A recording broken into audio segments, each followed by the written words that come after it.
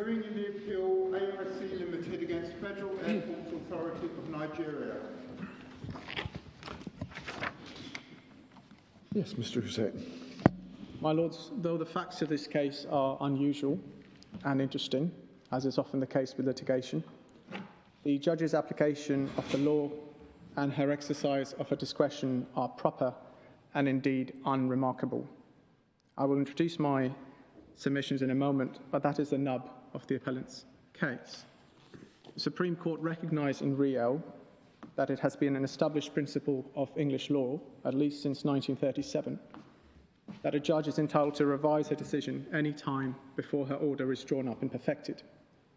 The Supreme Court held that exceptional circumstances are not needed to exercise the discretion, that there are no closed categories of cases where the discretion can be exercised, and how the discretion is to be exercised in any particular case will depend on all the circumstances. In a carefully reasoned judgment, the judge properly exercised that discretion, and she did so having heard the parties fully on the matter. The Court of Appeal has gone against the binding authority in Rio. The Court of Appeal has wrongly posed a binary between cases where a judge reconsiders her unsealed judgment herself and where she is asked to do so by a party.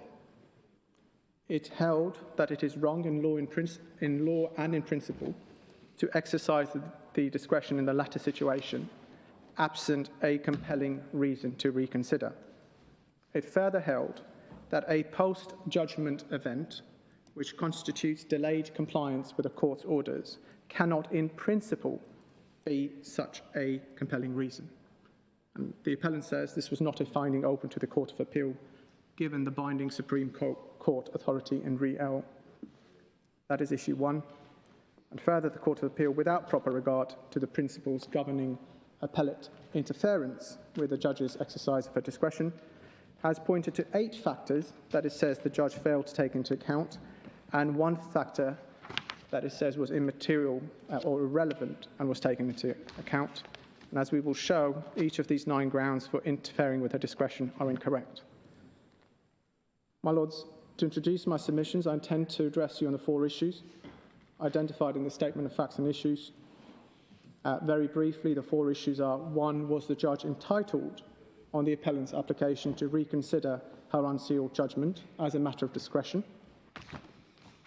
And if not, does that entitle the Court of Appeal to set aside her perfected judgment? Number 2, if she were entitled to exercise her discretion to reconsider, was the Court of Appeal entitled to interfere with that exercise? And there are 9 grounds given for such interference by the Court of Appeal that I have set out in the appellant's case. 8 material facts said to have not been taken into account, and 1 irrelevant factor. And then issue 3, did the appellant need to seek relief from sanction under CPR Rule 3.9 for the failure to provide the guarantee as directed? And then issue 4, if it did need relief from sanction, was the Court of Appeal entitled to interfere with the judge's discretion, exercise of a discretion to allow relief? I struggle there to isolate the grounds for that interference, because in my submission, the Court of Appeal simply proceeded to exercise the discretion afresh, and I shall look at that briefly in issue 4. My Lord, moving to issue 1, which is where I intend to focus my submissions. Well, parties are to assume that the panel has read all the judgments in the courts below, and also the Statement of Facts and Issues and the quite substantial written cases that are produced, and we'd be grateful if you would make submissions with that understanding. Thank you. I'm grateful, my Lord. What I intended to do for issue 1, subject to that helpful indication, my Lord, was to look at 3 documents and highlight what I see as material there. The first is the judge's judgment on the 13th of December 2019. The second is a Court of Appeal judgment in this case, and then Riel. And thereafter, I wanted to talk very briefly about the Respondent's case on issue 1. Turning to the reconsidered judgment at bundle page 338, paragraph 10, there are 5 items I want to emphasise from this judgment for issue 1. First, if we look at paragraph 10, we see how short the time was between the unsealed judgment being issued, around 14:20 p.m. on the 6th of December 2019, and provision of the guarantee on 17:17 p.m. the same day by email copy to the court clerk, putting it on notice that FAAN, the appellant, was going to seek a reconsideration. The reason I emphasise this is because in the Court of Appeal, Lord Justice Coulson stated, and this is paragraph 69 of the judgment, that the ramifications of the course the judge adopted in this case meant that somehow the time for sealing and judgment in hard-pressed county courts could run into days and weeks, and this would give parties an unnecessarily long bite at the cherry. This is not such a case, nor is that a course that the judge adopted. Second point I emphasise is from paragraphs 11 and 12 of that judgment. At paragraph 11, the judge refers to the email that followed from the respondent on the Saturday, enclosing a draft of the order and asking for it to be sealed. The respondent further said it opposed the application to reconsider, and if it was reconsidered, it asked for an inter-parties hearing. The judge then notes that the formal application to reconsider is issued early on the Monday, and then importantly, at paragraph 12, in light of these exchanges, I directed by email on the morning of 9th December 2019 that the draft order should not be sealed at that time, and that the matter, including FAAN's draft applications, be relisted before me. This is important because of how the issue is framed in the respondent's case and by the Court of Appeal. The respondent mentions a number of cases, and Lord Justice Coulson referred to Mr. Justice Edward Stewart and Heron Brothers as a case where a judge decided to look at whether an application to reconsider should be entertained at all.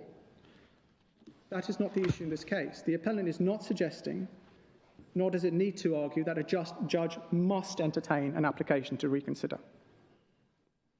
We are dealing with a very different issue and a different situation where a judge wishes to entertain an application, as happened in this case, as you see in paragraph 12, hears the parties, and takes a view that the unsealed judgment is not one she wishes to perfect. And we say the Court of Appeal is wrong to find that the judge should have proceeded to perfect a judgment she no longer took the view was a right outcome at the time of sealing on our facts.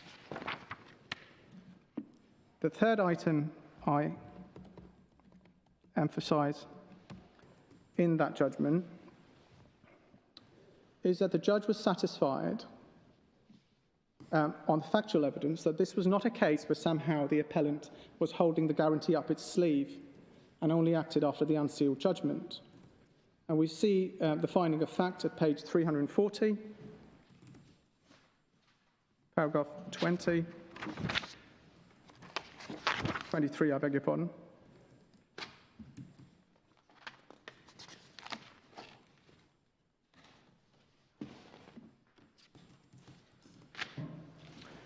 The judge accepted Mr. Balogun's evidence of the efforts made on the 6th of December 2019. That evidence, for your note, is at bundle 746. We don't need to turn to it. But Mr. Balogun basically said that unexpectedly the bank required a template of the guarantee. That held matters up. And then once that template was signed, it took him time to find a place in Abuja to communicate with counsel. And in the middle of paragraph 23, there's a finding of fact by the judge where she says, it's the sentence on, to the extent that it is a case. To the extent that it is a case in which new evidence became available shortly after the hearing, the fact that the guarantee had been issued was not evidence FAAN could have adduced at the hearing. I do not doubt that if it could have done, it would have done so. The evidence of Mr. Balogun is clear in this regard. And she then proceeds to consider that evidence.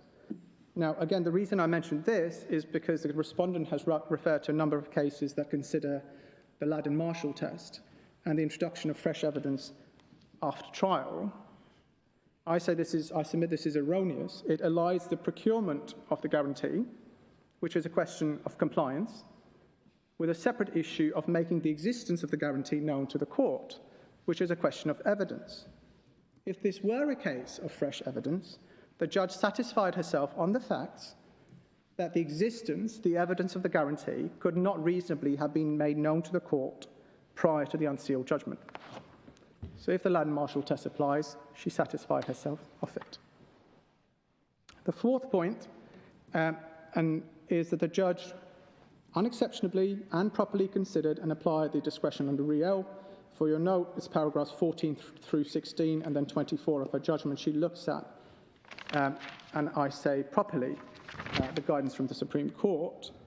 And fifth and lastly, before I move on from the judgment for issue 1, it's page 341, paragraph 25. Both the Court of Appeal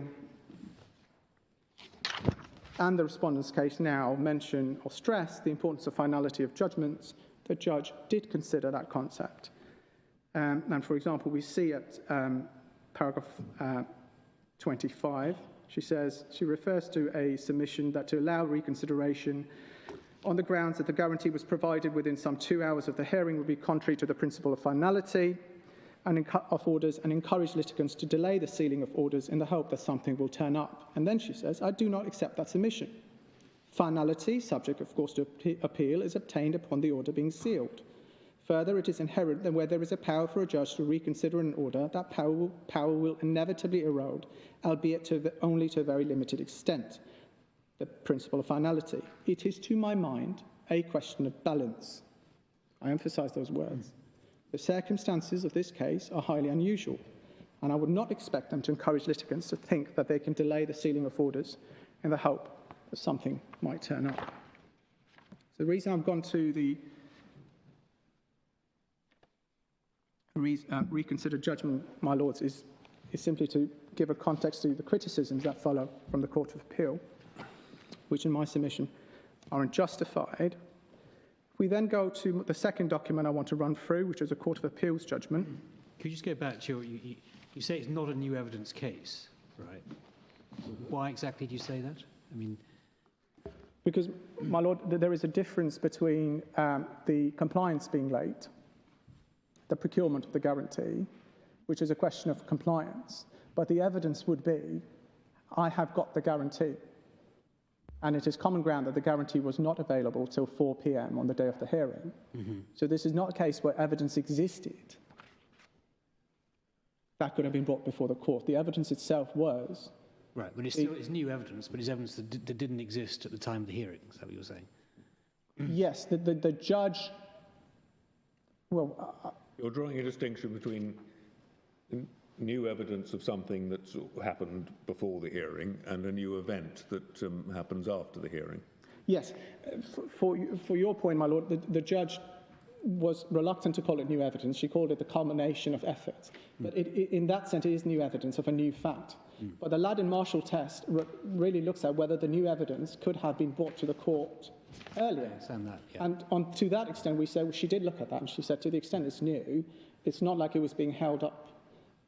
It wasn't being told to us. There's a separate question of whether the appellant can be criticised for not getting the guarantee earlier. Mm-hmm. But that doesn't engage Ladin-Marshall. That's just to do with whether or not the non-compliance is justified, whether the delays are justified, and so on. And we said that is inherently a matter of discretion and weight. Does that answer your question? I mean, on that latter thing, I mean, the Ladin-Marshall principles are there as a reflection of the importance of finality in judgments. Where the judge says at paragraph 25 that it's a question of balance, might it not be said that it goes somewhat beyond just a question of balance and pure discretion, that she's rather underplayed the importance of finality as a principle in litigation in that paragraph?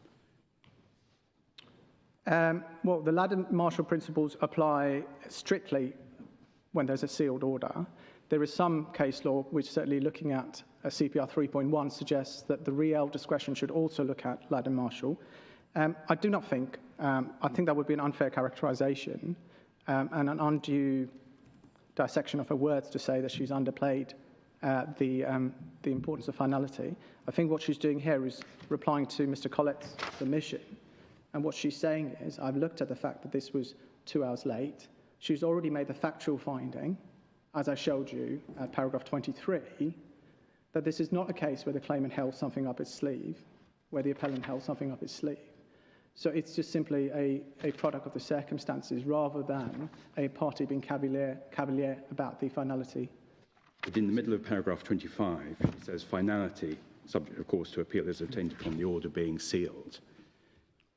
So she seems to be putting finality as a strong principle to one side because she says the order hasn't yet been sealed. That's when you get finality. But yes, isn't there a principle of finality that applies before that occurs? I see what you're putting, my lord. I don't agree with that because she then goes on to say the point she's making is the very fact that you can reverse a judgment means that there will be an erosion of the principle of finality, albeit to a very limited extent. And I think she is being careful there to emphasise that this is 2 hours and that she thinks that on the balance, this is not going to encourage other people this is not going to have the ramifications that perhaps the Court of Appeal was worried about. But I don't think she's taking finality lightly at all. I think she's certainly from this judgment, what I would submit is that she's putting her mind to it. Well, she's certainly addressing finality, yes. But she seems to be focusing on finality once the order's sealed, and she's recognising on her approach that there is an erosion of finality in respect of the judge's power to reconsider. And Lord Sales's point, I think, is that there is a principle of finality that arises before the sealing of the judgment, which she doesn't seem to have focused on at all. She just seems to be saying, well, there is this erosion because we can reconsider, and in this particular case, the circumstances are unusual, and it's not a more general encouragement for people to seek reconsideration. But the Court of Appeal, as I understand it, is concerned about the increasing practice of people seeking reconsideration. Yeah, and I would focus also on the sentence, it is to my mind a question of balance. So she seems to have a structure within this paragraph that finality is arrived at once an order is sealed. There's an erosion of finality before that stage, and it's just a question of balance. So what I'm putting to you is, might it not be said that she's treating this as a pure discretion, the usual sort of case management discretion that one's familiar with, where obviously superior courts wouldn't intervene, as opposed to taking account of the importance of the principle of finality within that balancing exercise, because you can have a balancing exercise with different weights which attach to different factors as a matter of law. I understand what you're saying, my lord, but I think that's wrong. At 25, she's specifically answering this floodgates argument, which is this will encourage other people to basically try their luck repeatedly. Well, and she's answering in that respect. And I think it would be wrong and unfair to read this as her only notion of finality, because obviously the very essence I'm so sorry, just to pick you up on that. I mean, if one looks at the first sentence, one sees that, in fact, she's addressing a wider submission by Mr. Collett relating to the principle of finality of orders, quite aside from whatever may be the deleterious effects in policy terms. Yes, but the words then go on to say, encourage litigants to delay the sealing of orders in the hope that something will turn up, which is something that she's already decided is not a fact in this case. I think that the point is, my lord, that obviously, even as was recognised in Riel, there is an erosion of finality if you allow a revision of an order, whether that's under the Riel discretion or whether that's under CPR 3.1 and so on and so forth. So it would be intellectually wrong of her to suggest that, well, this doesn't erode finality at all. But if your suggestion is that you read this to mean she was flippant about finality, flippant might be too strong a word, but that she was not duly cognizant of finality, I suggest that's wrong, because A, she's addressing it, B, she is throughout this this judgment is looking at the whole balance of the exercise, where finality is one issue, detriment is another issue, explanation is another issue, and then the substantive justice of the order is another issue. But I do not think if the suggestion is that by paragraph 25 she somehow ignored finality or didn't give it enough weight in the exercise of her discretion so as to justify an interference, I think that would be a wrongful reading of paragraph 25. Yes, thank you. Can I just ask you a question about the judge's observation that it is a question of balance? If that's right, so that whenever an application to reopen is made, the court, as it were,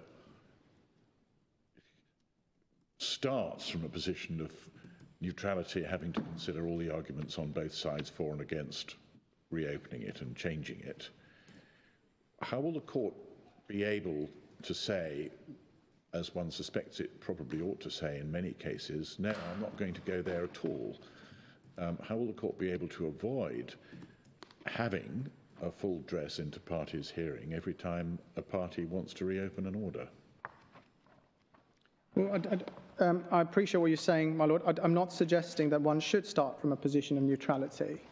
One should start from whatever the judicial thinking is of the time. That will include the strength of the argument and the amount of time that has passed. What happened in this case is that the judge was actually sent the guarantee.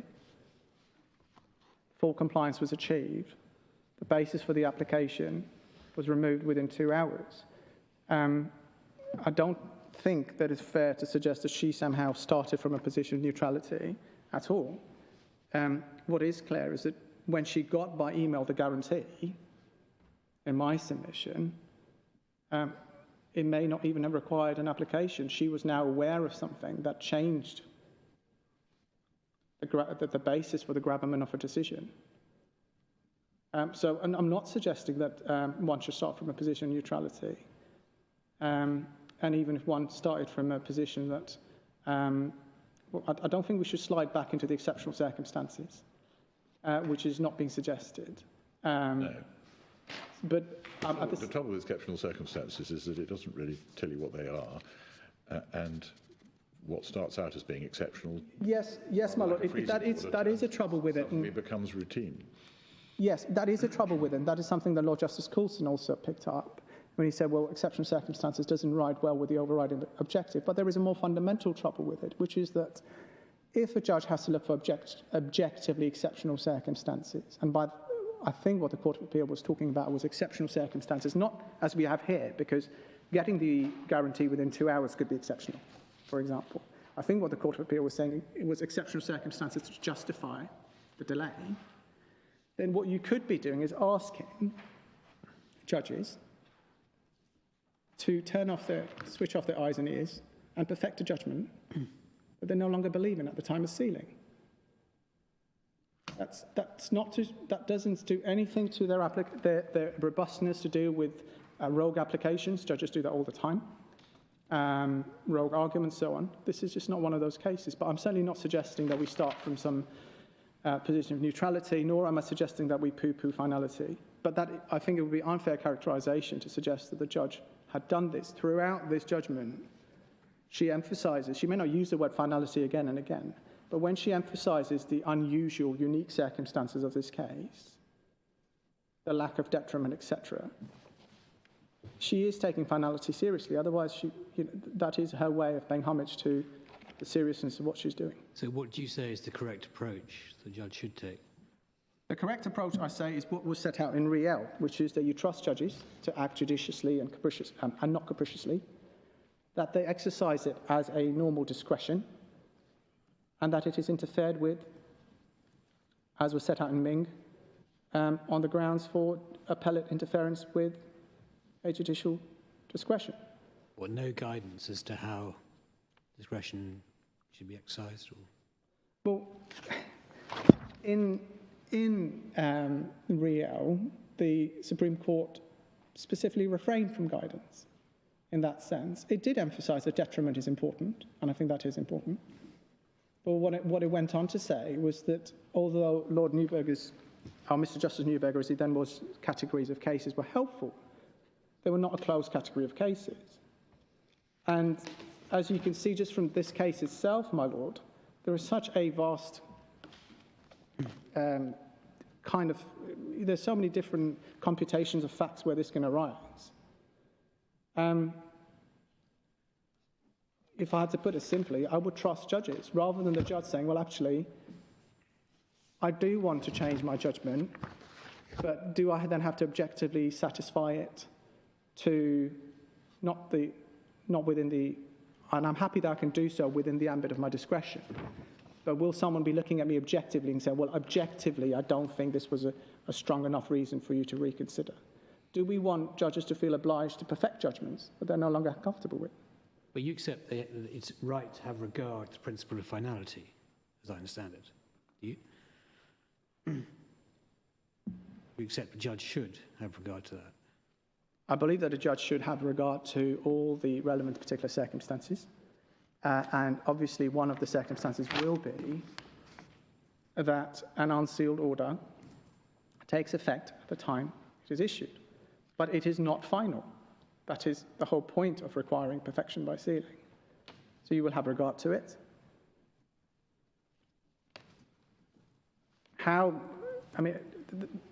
One thing, I'm keen to assist this court, but I'm also keen to emphasize that this is not a test case for the boundaries of that discretion. So I don't want my answers to be taken as an attack on this judge, because I submit that she did everything absolutely right. But finality for finality's sake is just, with respect, a mantra. So we have to look at finality in terms of what will be the impact of this judgment on other users. Will they be encouraged to have a second go? What will be the detriment, and so on?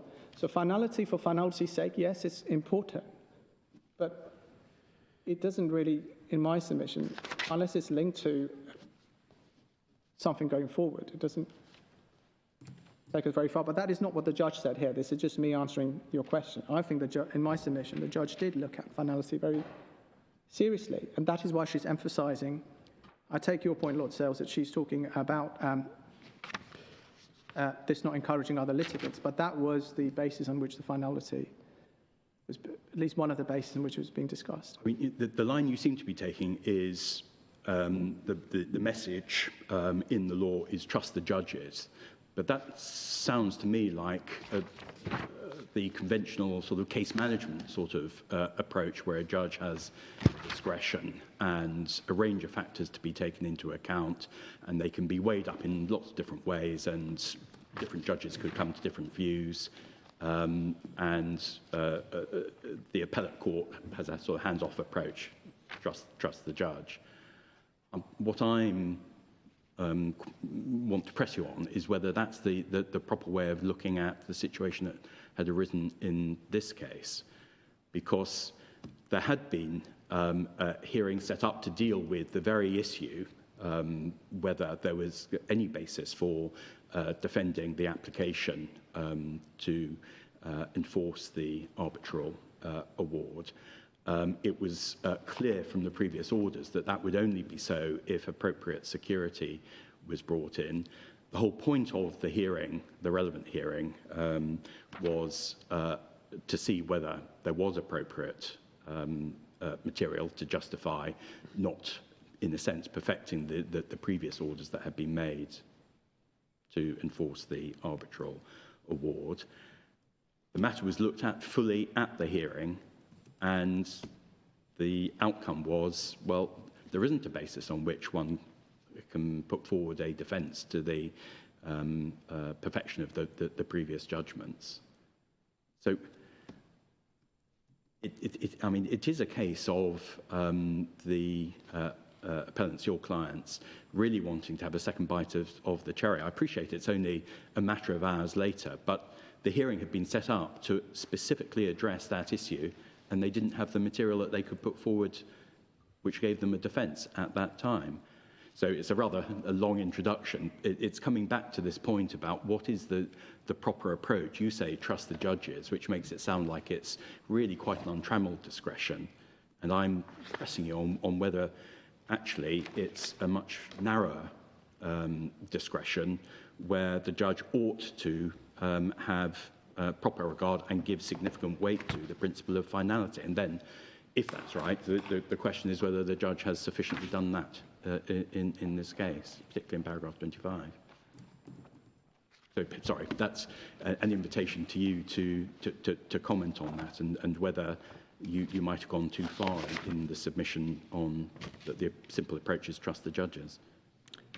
Well, I certainly spoke loosely when I said trust the judges. What I was talking about I was using shorthand. I was talking about what I understand to be the judgment of the Supreme Court in Riel, paragraph 27. And perhaps I can turn to that, my Lord, which is at bundle 941.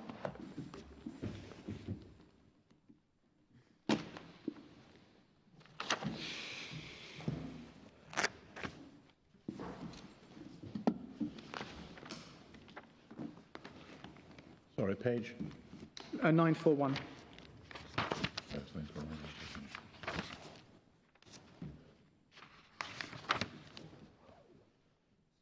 Thank you.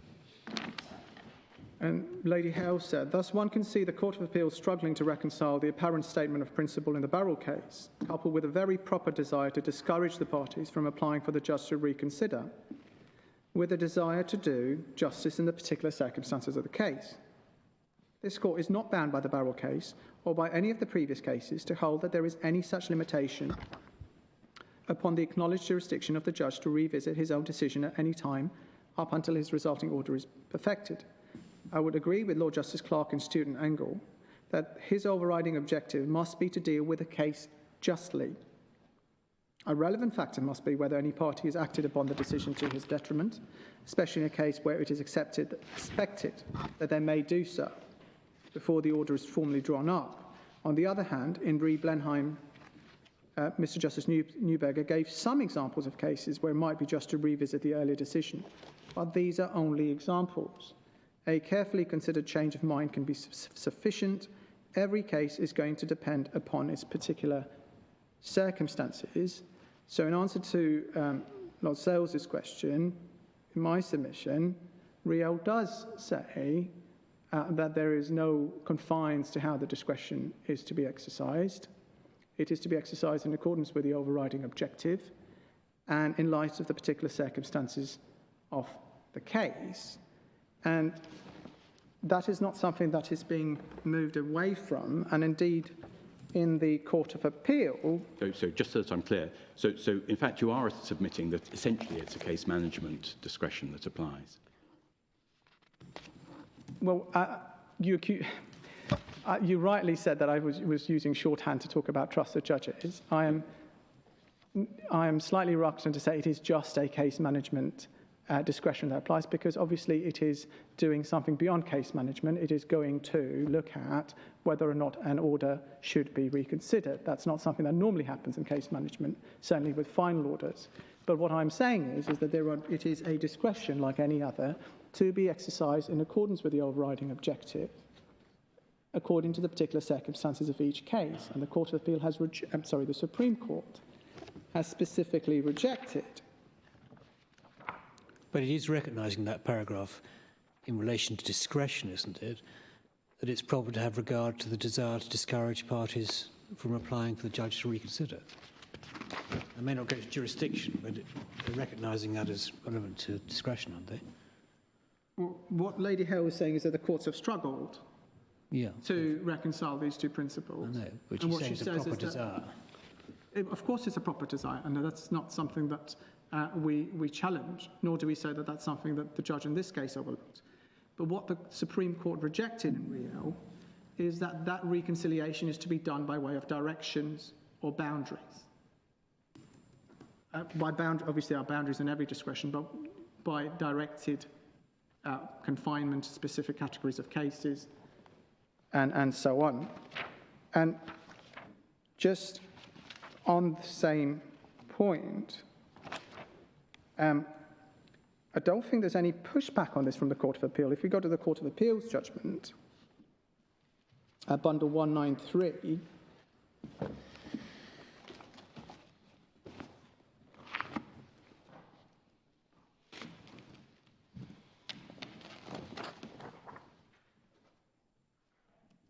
we see footnote 2. I should perhaps mention, I'm looking at the Court of Appeal in hard copy, not the page number. But if you give the paragraph... It's internal page 22 of the judgment. Oh, thank you. And you'll see footnote 2. Of course, if the court itself wants to reconsider the order before sealing, as happened in Riel, the point does not directly arise, and it is a straightforward exercise of discretion. Did you find that, Lord Sales? No. Which paragraph is it of the judgment? Is it Just under paragraph 61. 61? The footnote itself is at the end of the second sentence of paragraph 59. Yes. And that's what it's referring to. So let me just read out. So if we start with 59, Lord Justice Coulson is looking at Mr. Justice Edward Stewart's judgment in Heron Brothers. And he says, in the interest of speed and practicality, I would ally the first two stages to which he refers. I agree with Mr. Justice Edward Stewart that there are two distinct questions which a court must ask itself if it is asked by one of the parties to reconsider an order which has been pronounced but not yet been sealed. And then we see the footnote. Of course, if a court itself wants to reconsider the order before sealing, as happened in Riel, the point does not directly arise, and it is a straightforward exercise of discretion. I didn't see that as being controversial. They're certainly under Riel. Revisiting the order is a straightforward exercise of discretion. Straightforward is perhaps not to indicate that it's simple or something that should be done lightly, but it is not formally restricted in any way. Well, I think perhaps I ought to register. I'm not quite sure what is being meant there, but if Lord Justice Coulson was meaning to say that if the judge, having reached the point of giving what to all appearances is a final judgment, the order's been drawn up though not yet sealed, can simply, I don't know, have second thoughts, come back into court the next day and say, well, I'd like to do all that again. And the only control on that is that it's an exercise of discretion with no trammels or guidance as to how it should be exercised. I would have difficulties with that as a proposition, precisely because it would ignore, arguably, the importance of finality in litigation. Right. I was going to focus, because of how I read the judgment, I was going to focus on how, given that Riel does not require a restriction, the binary between cases where a judge decides something herself, so to speak, and a party's application is unjustified. But I think, my Lord, you have a different concern, which is you believe that Riel, or you asking me whether Riel actually puts in place a formal restriction on how the discretion is to be exercised, some kind of formal bar, or formal might not be the right word, but even a specific restriction beyond paragraph 27? Is that? What I'm seeking to put to you is that there are different forms of discretion. So some discretions are extremely open-ended, that there may be 10 factors which could bear upon the decision to be made. There's no sense of ordering in the terms of the discretion, what priority should be given to any of those factors. And in that sort of situation, if the decision maker, could be a public law case or it could be a judge, relies upon 5 of those 10 factors and says, well, these factors I think are important and they lead to this result, the approach of the courts, if it is that form of discretion, is very much hands-off to say, trust the judges, to use your phrase. They can't be said to be wrong. But there are other forms of discretion where actually within the discretion itself there is structuring and a degree of priority in terms of some of the factors. And what I am seeking to put to you is, might it not be said that the discretion that the judge was exercising, and everyone agrees that she had the jurisdiction in the broad sense of could she think about this, but the discretion that she was then called upon to exercise under that jurisdiction actually was one of these more structured forms of discretion where a factor of, if not overwhelming, very powerful weight, which she should have treated as a factor of very powerful weight, was the principle of finality.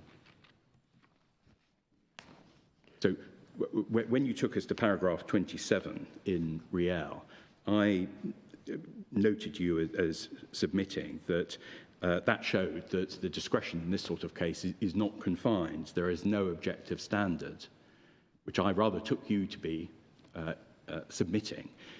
meant that this was a discretion of the first kind that I've mentioned, no internal limits on how it should be exercised. Whereas what I'm putting to you and asking for your submissions on is whether it might not be better to conceive of it as a discretion of the second kind, where there are internal principles that apply, even though there is a discretionary judgment to be made. So just taking that in turn, my lord. The first is, what does Riel say? And then I think you asked me what I submit should happen as a matter of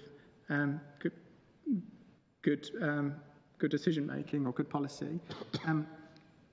Riel, in my submission, says there are no closed categories in which the discretion can apply, and I do not see it as creating any standard other than the standard that applies to the exercise of discretion. Yes, I understand that. The second point is, you mentioned that some discretions do have guidance. So, for example, the Ladin-Marshall test, there is guidance on how to exercise the discretion under CPR 3.1. But even those tests are not seen as black and white. The judge is still left with a discretion as to what to do in the particular circumstances of the case. But my issue one is, and what the Court of Appeal has found, and I don't seem to be getting questioned on that, is that the judge didn't have a discretion at all. That unless she could produce a objectively compelling reason to entertain the application, she did not have a discretion, because according to Lord Justice Coulson of the Court of Appeal, that discretion only arises in Riel where the judge decides to revisit the judgment herself. And I say that's wrong, and I haven't had a chance to address you on that. No. But if it is accepted that the judge had a discretion, then the only point I have then is the 9 reasons the Court of Appeal said she exercised that discretion wrongly. Just on the point that you're now on, there are situations where someone does have a discretion if you look at the law in general terms, but where there may be circumstances where they can only exercise that discretion one way. I mean, that can happen even in relation to the first sort of discretion that I was putting to you, if it's just irrational. Yes. So it's a very tough test, but it can happen even in relation to that sort of discretion. If one looks at a more structured discretion of the second kind that I was putting to you, one can reach the point where the discretion actually can only properly be exercised one way rather more quickly, necessarily so, because you have weighted one of the factors, one or more of the factors within that overall balance and saying, well, these have particular force. And so it becomes easier to say the judge has, although they had a discretion, has strayed outside that discretion. And I rather understood the Court of Appeal to be saying that the judge had not weighed properly. The Court of Appeal is saying 2 things. One, this is a sort of case of structured discretion, of the second kind that I'm putting to you, and that the judge had not weighed properly the important priority factor within that discretion. And therefore, it was open to the Court of Appeal to go behind what she had decided. With respect, my Lord, that is not what the Court of Appeal decided. The Court of Appeal decided that because this was an application for reconsideration, the judge did not have a discretion unless she met step 1. And perhaps I should take you to... Yes, of course. So just before I move away from that, Lord says, you did say to me, you made certain observations about what happened on the 13th of December 2019, and with respect, that is not accurate. The judge, in terms, said that she did not consider... Well, she said 2 things. One, she said that had the guarantee been available on the afternoon of the 6th of December, she would have undoubtedly dismissed the application to enforce, because she saw the compliance as overriding the delays, serious as they were. She did not go on to say that, but she said undoubtedly I would have declined to enforce. That's the first thing. Second thing, and this is obvious from the transcript, but she made a note of it, is that the actual application for an extension of time was not considered on the 6th of December. You will recall, maybe from the transcript, that counsel for the appellant stood up and said that he did not have enough instructions to be able to make submissions. So this is not a case where the judge heard everyone and was satisfied that even if the bond were to arrive that afternoon, she'd had enough, and not that, sorry, I'm speaking loosely, but that she would insist on enforcement. She arrived that morning with a view that if compliance were achieved that day, she would undoubtedly decline to enforce, and she did not hear the parties on the delays that day. I'm not sure what force can be given to the second of the points that you made. I mean, surely it was for your client, if they wanted an extension of time, to say, please don't consider this matter now, on the 6th of December, please consider it at some later time. It was for your clients actually to press that application. I'm not going to disagree with you there. I don't think I can use that as a point in favour of my client. It's just simply, I think the factual premise you put to me was that the judge somehow heard all the facts and then made up her mind that she wanted to enforce. And what I'm saying is she hadn't heard the facts. What I will say about that point I'm so sorry to pull you up on that. I mean, surely she'd heard enough about the facts as they applied at the time of the hearing. She knew that there wasn't a guarantee. Yes, and she was... And what other defence could there be to enforcement? Yes, and it was never suggested to her that a guarantee was forthcoming or would be coming, and that's something that I'll come to, because it suggested that somehow it was taken for granted that a guarantee would be there in 7 days. But perhaps I'm wasting time on this. No, it's my fault, so you continue. If we can go to the Court of Appeal judgment, and if we start at paragraph 50 of that judgment, which for the electronic bundle is page 189, and what can you give me the... It's 143 in the key documents bundle. So 189 in the electronic and 143 in the key documents bundle. Lord Justice Coulson talks about the principle of finality and its importance, and in light of that he says that there is a particular jurisdiction which permits a judge to change his or her order between the handing down of the judgment and the subsequent sealing of that order, but in most civil cases the latter is an administrative function, and it would be wrong in principle to allow parties carte blanche to take advantage of an administrative delay to go back over the judgment or order and re-argue the case before it is sealed. Hence, it is a jurisdiction which needs to be carefully patrolled. I've already taken you to the fact that here the judge actually asked for the order not to be sealed. This is not one of the cases where there was administrative delay. He then, at paragraph 51 over the page, that's page 190 of the electronic judgment, goes through Lady Hale's judgment in Riel. And then at paragraph 52, he accepts, that's over the page, he accepts that the jurisdiction is founded in the overriding objective, and he understands why a test requiring exceptional circumstances must be legitimate. He also says that the facts of Riel were themselves unusual because it concerned a judge giving a preliminary view and subsequently changing her mind after learning more about the case. I will look at the specific facts of Riel in a moment, but that's not what happened in Riel. The judge was actually asked to give reasons for her judgment by the father's counsel. And Lady Hale said it was a fair inference that that triggered the reconsideration. And you'll have my points about how it's artificial in our submission to seek to divide cases between where a judge decides changes her mind herself or on the prompting of a party. Ultimately, the judge will always change her own mind. And then we come to paragraph 54,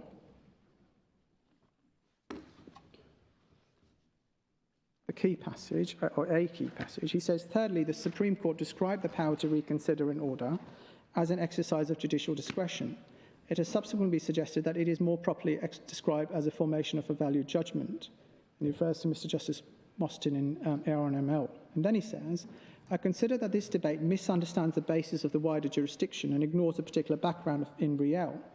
The vast majority of applications to reconsider are not triggered by the judge, as happened in Riel, but by one of the parties. What is a proper approach of the court in those circumstances? And we say this is an abrupt and unwarranted conclusion. somehow a REL does not apply where a judge does not trigger the application, and that a different approach applies. And what then happens,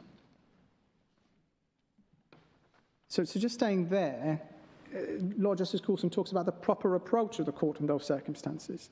If we just looked at that paragraph in isolation, one could think that Lord Justice Coulson was talking about what he thinks should be the suggested approach. But in fact, he goes on to be a lot more prescriptive than that. If we go to paragraph 59,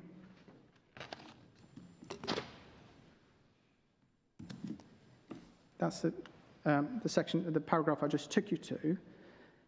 He refers to the decision in Heron Brothers and says there are two distinct questions which the court must ask itself if it is asked by one of the parties to reconsider an order which has been pronounced but not yet been sealed. And he says that's in contradistinction at footnote 2 to where the judge decides to reconsider herself, which he says is a straightforward exercise of discretion. He says the first is whether the application to reconsider should be entertained in principle. Is there a reasonably arguable basis for the application? If the court answers that question in the negative, that is the end of the matter. If, on the other hand, the court concludes that reconsideration is appropriate in principle, then it becomes, and again he uses the word, an open-ended matter of discretion to be exercised in accordance with the overriding objective as to whether the order should be changed or not. So in my submission, even Lord Justice Coulson doesn't suggest that the real discretion is somehow bound beyond what he calls either an open-ended matter of discretion or a straightforward exercise of discretion. I'm trying to assist the court because, in my submission, if the judge had the discretion, then all I have to answer are the 9 reasons given for interfering with it. But that's certainly my understanding, and I thought that was the point that I had to meet on appeal. Now, we then see footnote 2, which I took you to, which is talking about where the judge wants to reconsider the order. If the court itself wants to reconsider the order,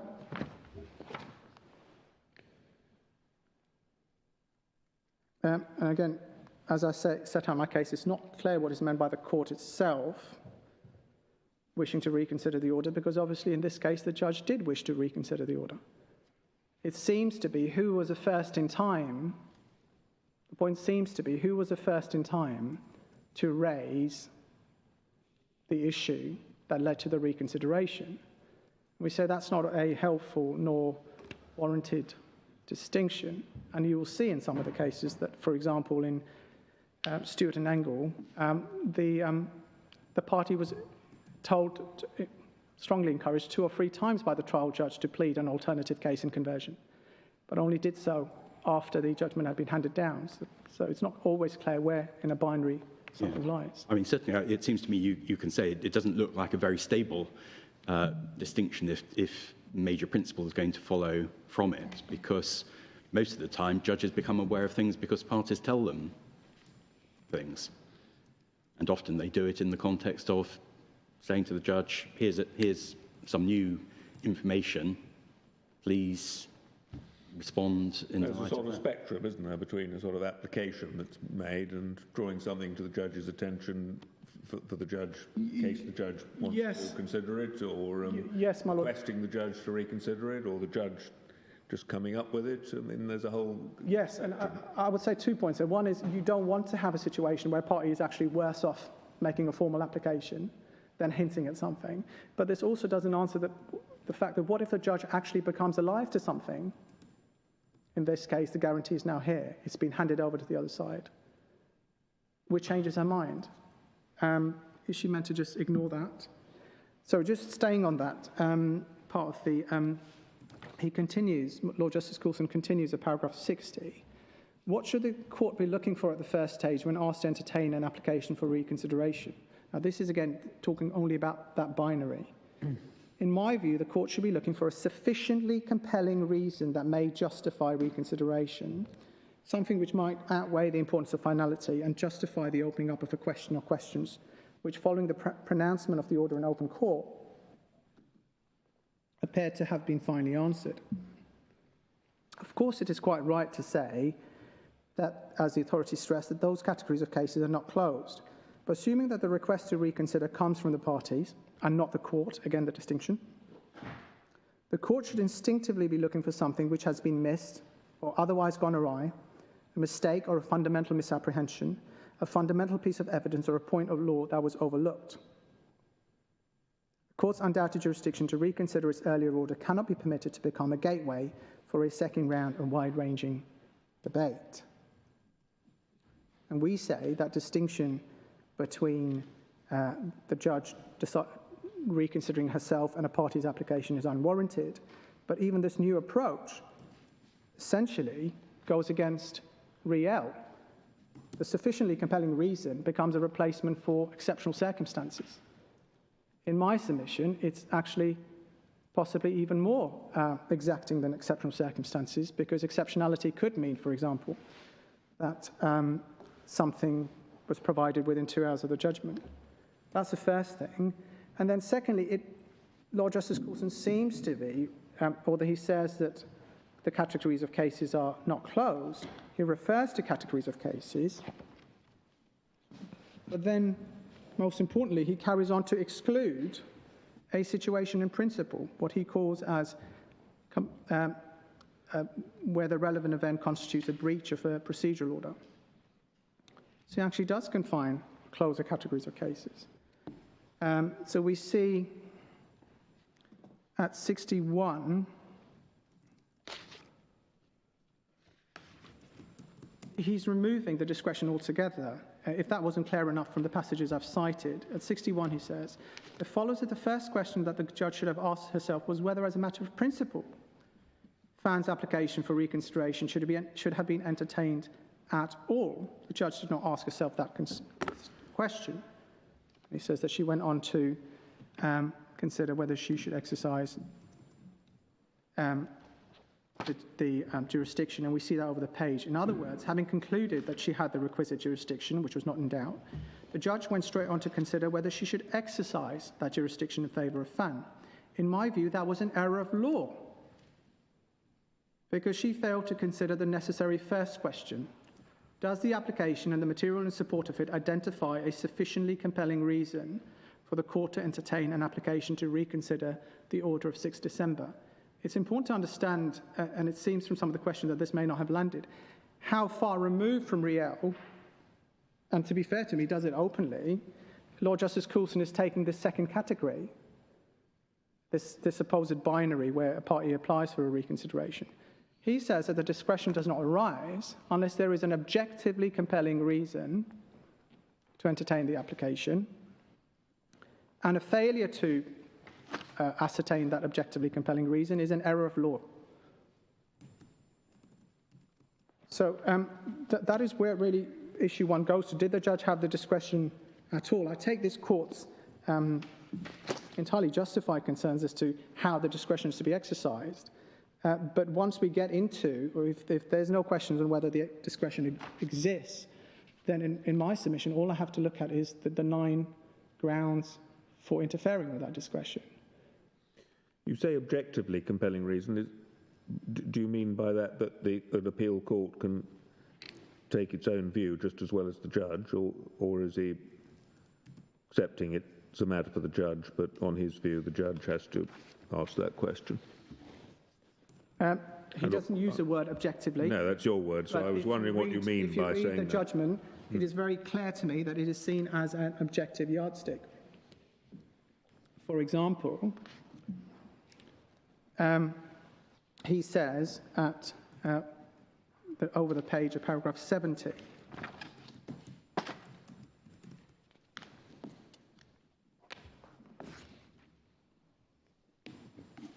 sorry, this is bundle 195, key documents bundle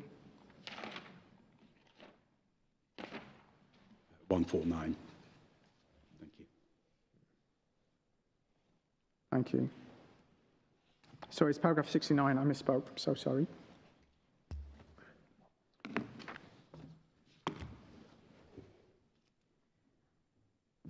He talks about the ramifications of the course that the judge adopted, and I say that's unfairly allocating that ramification to the judge, who was quite careful to look at the time lost. But then he says, it would permit a party who had failed to comply with an earlier court order and who had in consequence been the subject of, say, summary or default judgment pronounced in open court, to use a period of time between the pronouncement of the summary judgment and the sealing of the order, which in hard-pressed county courts can be a matter of many days or even weeks, as an additional period to comply with the earlier order. We know that the judge found, as a matter of fact, that didn't happen here. Knowing that if his or her eventual compliance occurred before the order was sealed, they could then apply for reconsideration of the summary judgment. To put it more starkly, the defaulting party would be relying on its own breach to seek reconsideration. In my view, such a practice would generally be contrary to the overriding objective and the principle of finality. There was no authority to which we were taken in which such conduct was allowed to justify the reconsideration of an earlier order. Now, here we have the word generally, so I don't think that's objectionable as a general observation of the facts posited, which are not the facts in this case. But then when we come to paragraph 74, which is at page 196,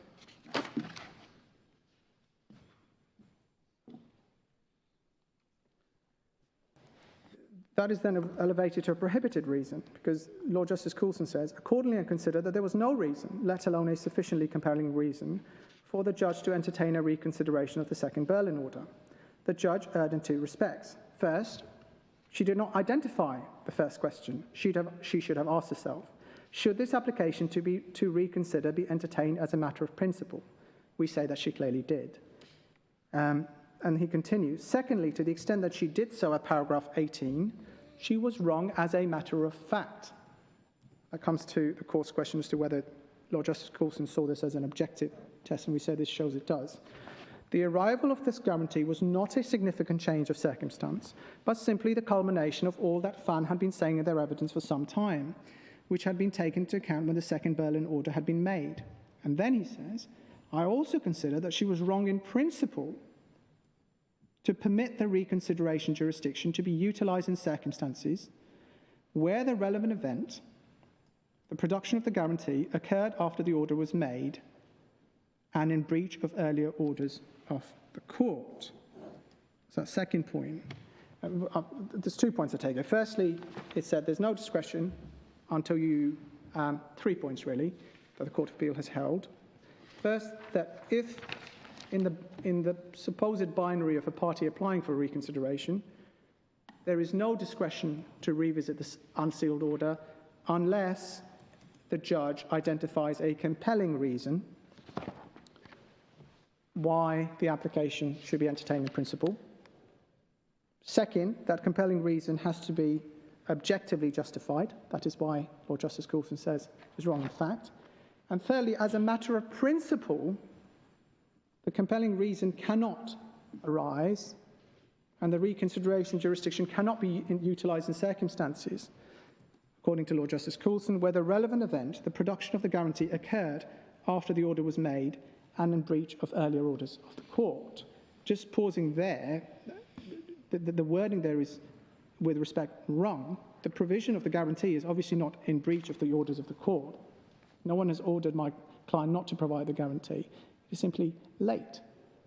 That is an important point. Finality is an important point. But what Lord Justice Coulson is saying is you don't get to the discretion till you answer question 1. And for question 1, the Court of Appeal is telling all judges that they simply cannot weigh up the circumstances, because if something is provided late, then no matter how substantively important it is, as a matter of principle, it cannot be a basis for reconsideration. So I rather read these passages as Lord Justice Coulson identifying the relevant discretion as being what I've been calling a structured discretion. So at paragraph 61, it's agreed that the judge had the requisite jurisdiction. Yes. So in a certain sense, the discretion arises, because if you've got jurisdiction, in theory, you have a power to decide something. So if she didn't have a jurisdiction to reconsider, there'd be no question of any jurisdiction or any reconsideration. The question then, so it's not that he's saying there's no discretion at all, because he's saying she's got jurisdiction. The question then is, how does one conceive the discretion which arises under that jurisdiction which she has? And I rather read paragraph 61 as Lord Justice Coulson injecting, if you like, the prioritisation of the finality principle into that discretion, and saying that at this first stage you need a sufficiently compelling reason to go behind the finality principle. And then in paragraph 74, as I read it, he's saying two things. One, the judge didn't approach the matter in that way, so she's made an error of approach. And secondly, this was a case where actually there was only one proper answer that could have been given, even if she had looked at the matter in the right way. That's his reference to no reason, let alone a compelling reason, which could have justified the judge in what she did. So I wonder how you respond to that way of reading the judgment. My Lord, that is a wrong way of reading the judgment. If we stay on 74, and I'll work backwards off this, after paragraph 74, it's very clear that Lord Justice Coulson is reiterating that there is no discretion absent a sufficiently compelling reason, because he says, I would therefore allow this appeal on that ground. However, given both the potential consequences of that conclusion and the importance of arriving at a fair and just conclusion in all the circumstances, I go on to consider the judge's exercise of her discretion. He hasn't even come to look at the exercise of her discretion. And your reference to paragraphs 61, where you say, where Lord Justice Coulson is accepting that the jurisdiction exists, somehow should be read to mean that he's also accepting that the discretion exists. No, that is not correct. For two reasons. One, if you read the paragraphs that follow that I've taken you to, it's quite clear that he says that there is a straightforward exercise of discretion where the judge wants to reconsider herself. There isn't an entitlement to discretion, or there isn't a discretion without answering the first question in this case. But it's also instructive to look at Re L. If you look at Re L at bundle 938,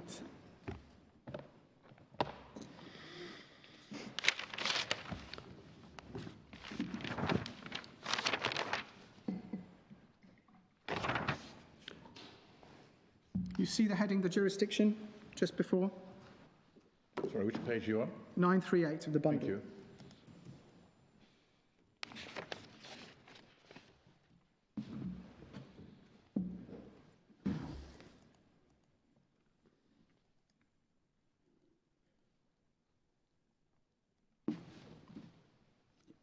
You see the heading, the jurisdiction, my Lord? Yes, thank you. And it is seen as common ground, or is seen as uncontroversial, even in Riel, that it has long been the law that a judge is entitled to reverse her decision at any time before her order is drawn up and perfected. And we see that again at paragraph 19. Thus, there is jurisdiction to change one's mind up until the order is drawn up and perfected.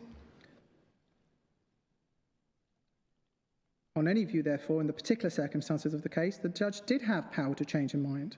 The question is whether she should have exercised it. And then Lady Hale looks at exercising the discretion. Yeah, if I might just say, I think that rather makes the point that I was putting to you about jurisdiction and discretion, that the jurisdiction is there. That means, in a certain sense, that there is discretion, because you have a power, the judge has a power to revisit what's been done before. And then the question is, how should that discretion be conceived? Or should it be a structured one, or is it a completely open-ended one?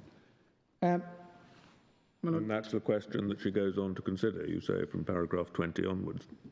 Yes, and she looks at the exceptional circumstances and rebarrel and so on and so forth. But jurisdiction was never in issue even before the judge. But having a jurisdiction and having a discretion are two very different things. A jurisdiction is a right or wrong answer, isn't it? A discretion, whether she's entitled to exercise her discretion to use that power. Sorry, I'm not being very clear. Jurisdiction is simply the question of whether the procedural rules allow a judge to reverse an unsealed order. And that was never in doubt.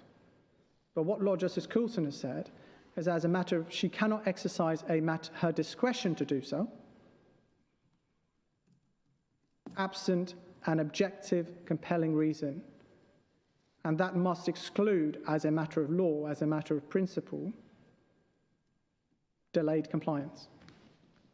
There may not be much between us on that, my Lord, but certainly because Lord Justice Coulson was very clear that the judge was wrong to, not entitled to proceed to exercise her discretion in the absence of asking that question and answering it satisfactorily if she did.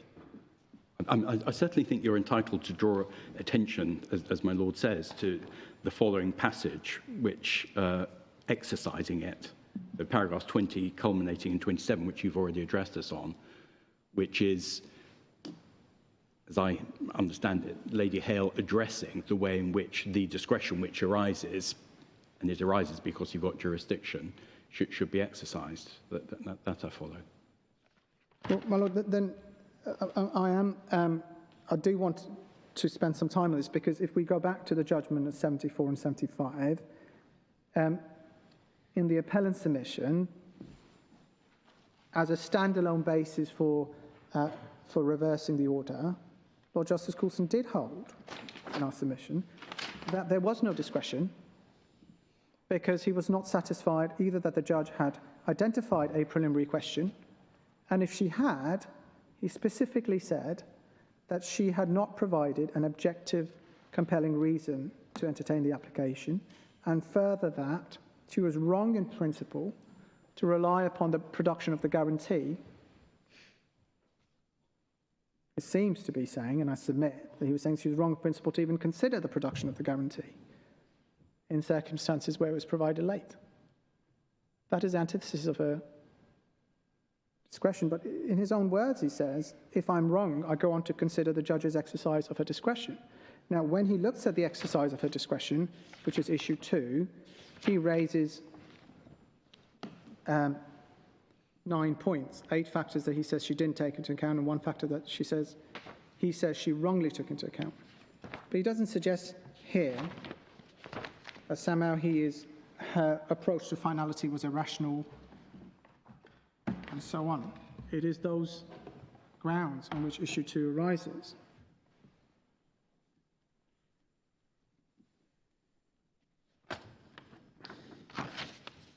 And I think it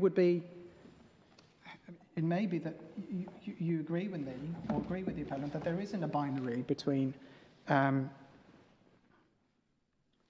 cases where a judge decides something herself and where a party applies for it. And you'll have my submissions that Riel was not even on that binary, and that Riel doesn't draw such a distinction.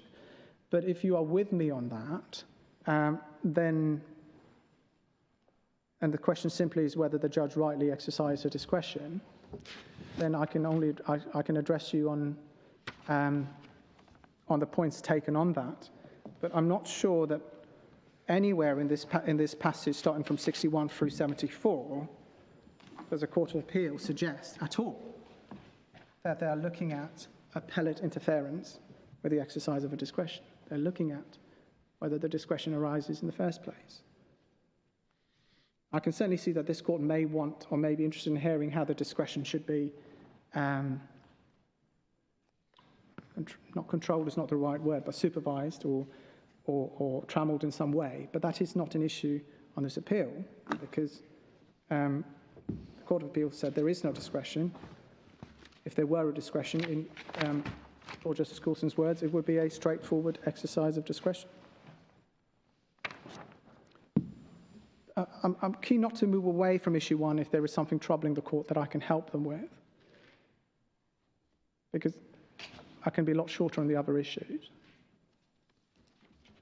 there any other questions on issue 1? Right, I'll move on to issue 2.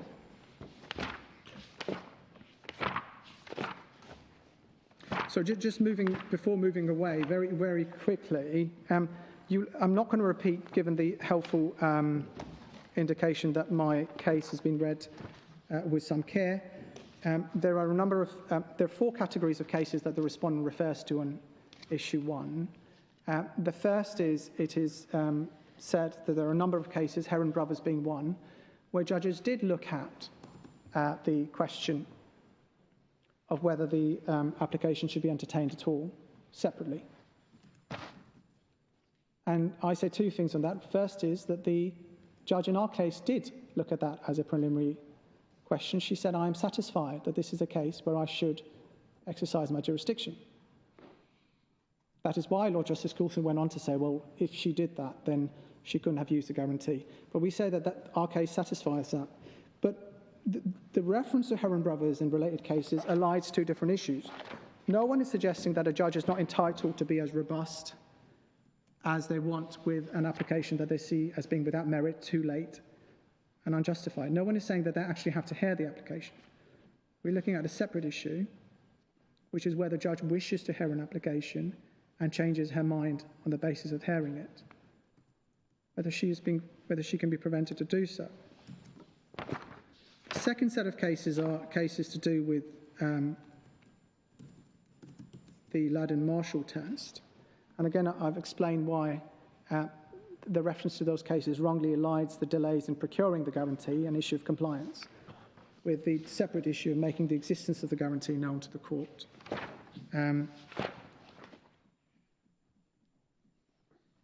But even in Ladin-Marshall, there is a discretion that arises. And then the third category of cases that are put is that the facts of this case are different from other facts considered in other cases. I don't need to spend a lot of time on that. I think that Riel explains that every case will be decided on its particular circumstances. You referred to Thavaraja, the Supreme Court's decision, Thavaraja, in some detail. The facts of Thavaraja are quite severe, as this court will recall.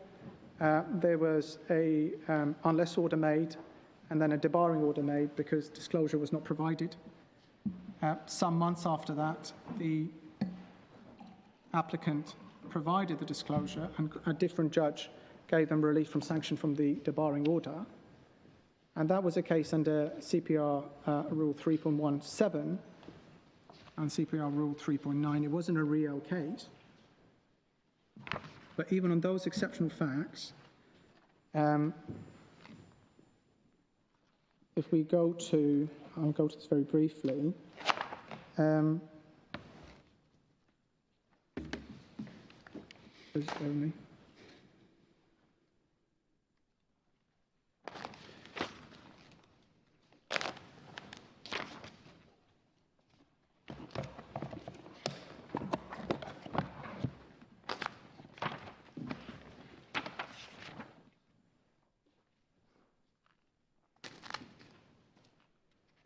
If we go to page 1116, treble 16 of the electronic bundle.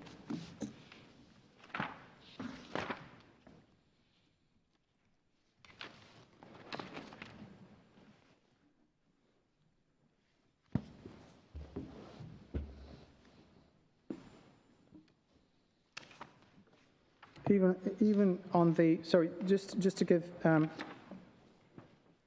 perhaps if we can go to 1114, I beg your pardon, treble 14. Which paragraph? G, a letter G. Lord Neuberger refers to Lord Dyson's judgment in the Mitchell case, citing Tibbles, Lord Justice Rickson, Tibbles and SIG. And of course, that is looking at the discretion under CPR Rule 3.17. And it had been held that that discretion might be appropriately exercised normally only where there has been a material change of circumstances since the order was made, where the facts in which the original decision was made had been misstated, and so on. And with reference to that case law, treble 16,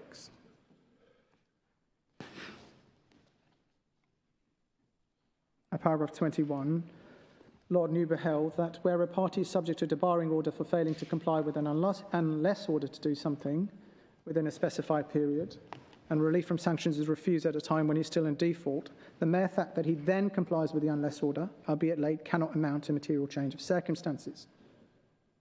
That's quite different to what Lord Justice Coulson is saying here, because even on those, well, firstly, there's a factual difference. Here, the judge found as a matter of fact that the guarantee could not have been provided to the court any earlier than it was. Whereas here, the finding was that this party was holding on to documents that were in its possession and only chose to provide them after the unless order. I think just on your first point, one needs to be a little bit careful. I mean, if the appellants had got their act together months before, the guarantee could have been provided in time. It's just if you focus on what was happening right at the end of the period that they didn't have it available in. That is a valid point, and I do not want to give the indication that I was suggesting that the appellant is faultless in terms of the time taken for compliance. When I talk about there can be no suggestion that the appellant was holding on to something, I'm simply talking about the fact that the guarantee had not yet been procured. Right. And on the facts, the judge found that although there were delays, which have not been properly explained, she was convinced that there were bona fide efforts to secure the guarantee, and also that the guarantee was provided when it was as early as possible after it was received. That is the strongest I'm saying it. I'm not suggesting, when I'm looking at these, what I call Ladden Marshall type cases or Tavaraja, that I'm saying my client is faultless for delays. As I understand the judge at paragraph 29, the delays that she's looking at are between the 14th of November and the 6th of December, is that right? No, that's not correct. She is looking at the delays throughout. It might be that at that particular passage, she's looking at those particular delays, but she looked carefully at all the evidence, and she looked at all the delays. I'm so sorry, I've missed the reference. Is it 3.3? I mean, is that consistent with your written case? Because at paragraph 95, you say in terms that the delay is the duration of 22 days from 14th November till the 6th of December, and you make the same point at paragraph 100.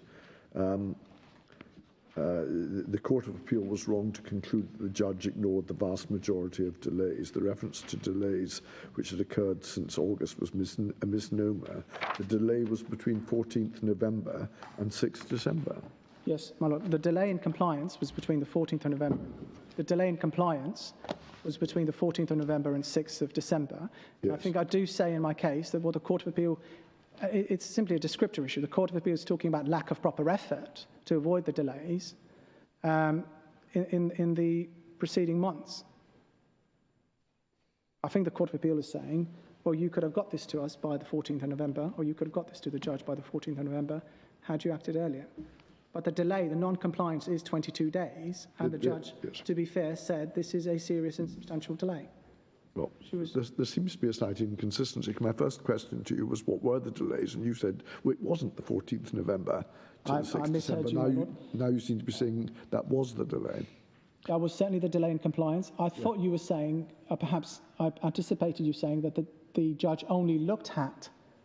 Well, I was asking you what it was that the judge was looking at, because I had understood your case to be focusing on the 22-day period, your written case. The judge looked at the non-compliance, which was a 22-day delay in providing the guarantee. But in considering the reasons for that non-compliance, in our submission, she took into account all the evidence from both sides. And I'm so sorry. That covered conduct. Where does she do this? Just so that I can... Which would be 29 and 30 are the paragraphs you rely on. Of which judgment? This is the judgment of 13th December. Do you have a page?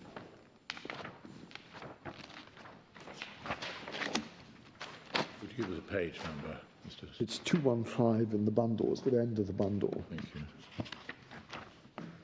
Yeah. No, 215 is the transcript.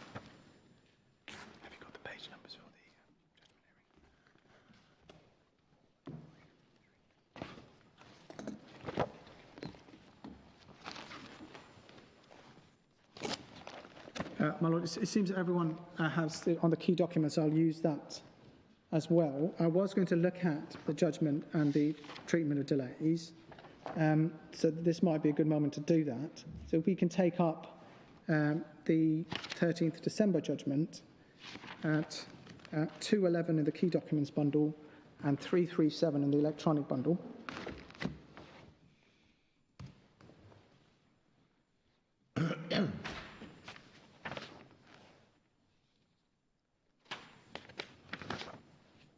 Paragraph 5 and 6, the judge refers to the last-minute applications for a stay of the first bail in order on the 29th of October, and again the application to extend the revised date for providing the guarantee on the 14th of November.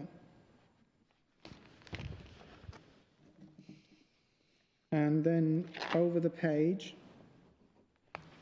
paragraph 12, acknowledges the evidence and skeletons are received for the hearing.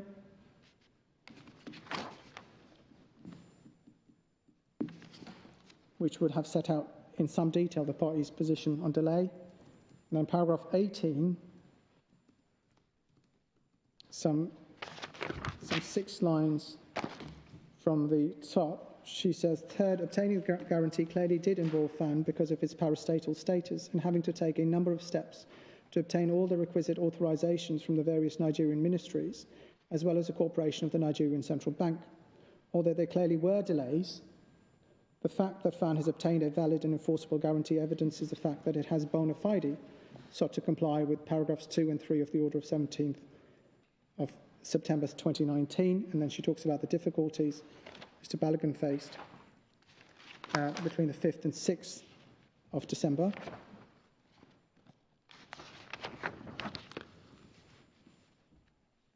And then at paragraph 23,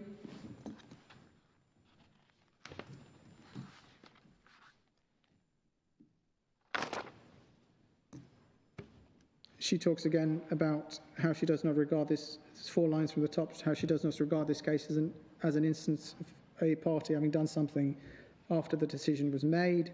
And she talks about efforts in December to obtain the guarantee once the Central Bank of Nigeria had given approval to obtain it.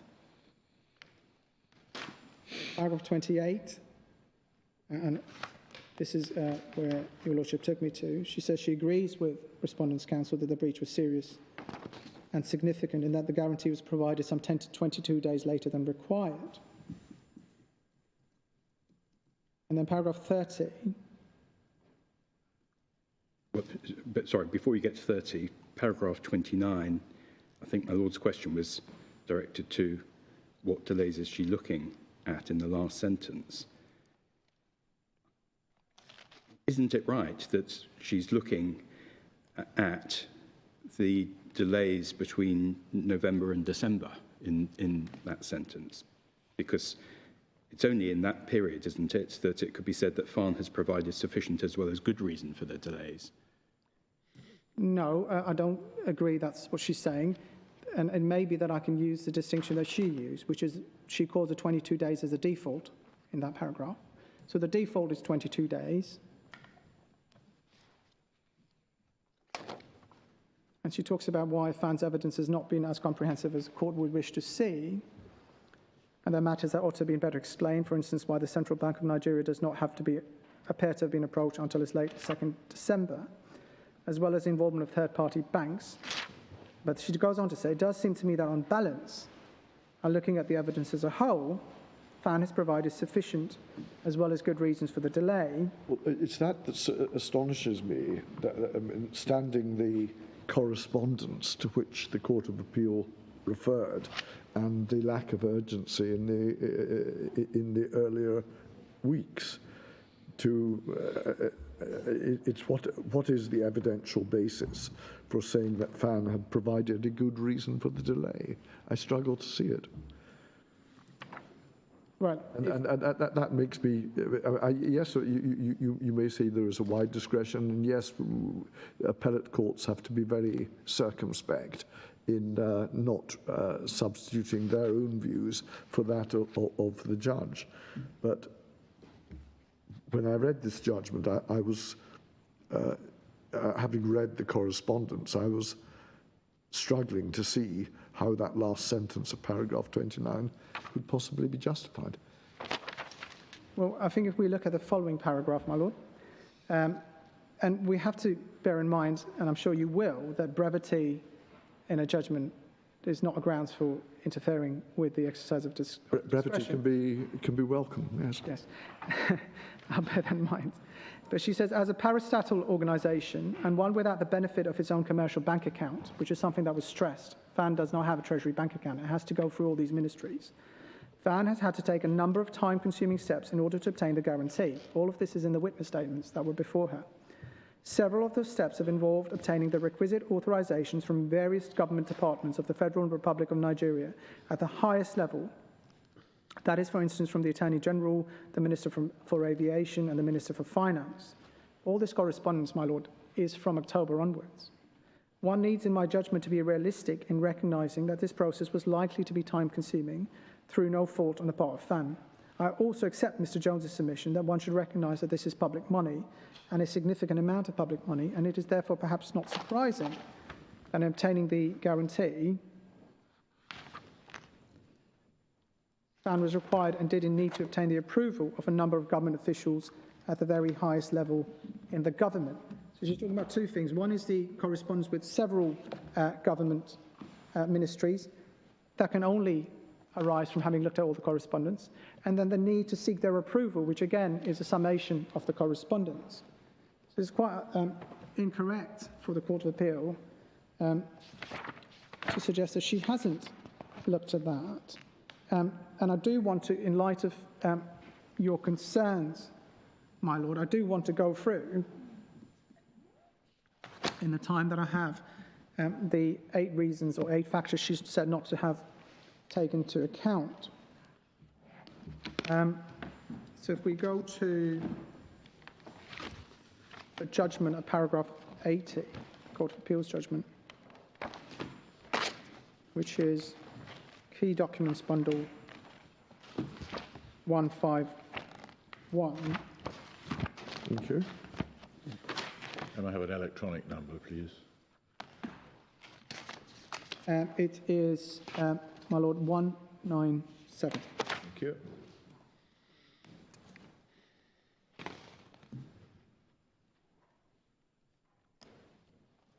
This is paragraph 80, last sentence. Identify below 8 factors relating to delay in FAAN's application for an extension of time, which the judge should have considered but wholly failed to address in a judgment on 13th December.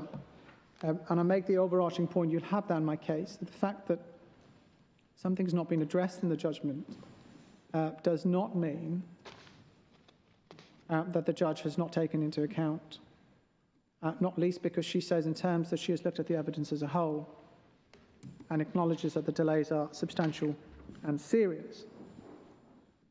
Further, that she is of a view that if she were to give weight between compliance, eventual compliance, and delays, she found the compliance, the provision of the guarantee, as tipping the balance in FAAN's favour. So I don't accept the fact that something is not mentioned in the statement, in the judgment, allows an appellate court to infer in this case that it has not been taken into account. But if we look at then at the factors, and I'll see how many of these I can go through in the time that I have. The first factor mentioned by the Court of Appeal is in paragraph 81, same page. And says, first, there was a delay between the handing down of the judgment on the 13th of August, which made plain the security for $24 million was required, and the consequential hearing on the 17th of September, which identified the form of the order, for the reasons set out in paragraphs 13 to 14 above. Although FAAN knew that it would either have to find the money or a guaranteed bond, there was no evidence that any steps were taken to set this in train. That was a delay for 1 month, for which FAAN was responsible. This is not a failure to account for a fact. The judge acknowledges in terms that the background to the dispute is her judgment on the 13th of August 2019. And we see that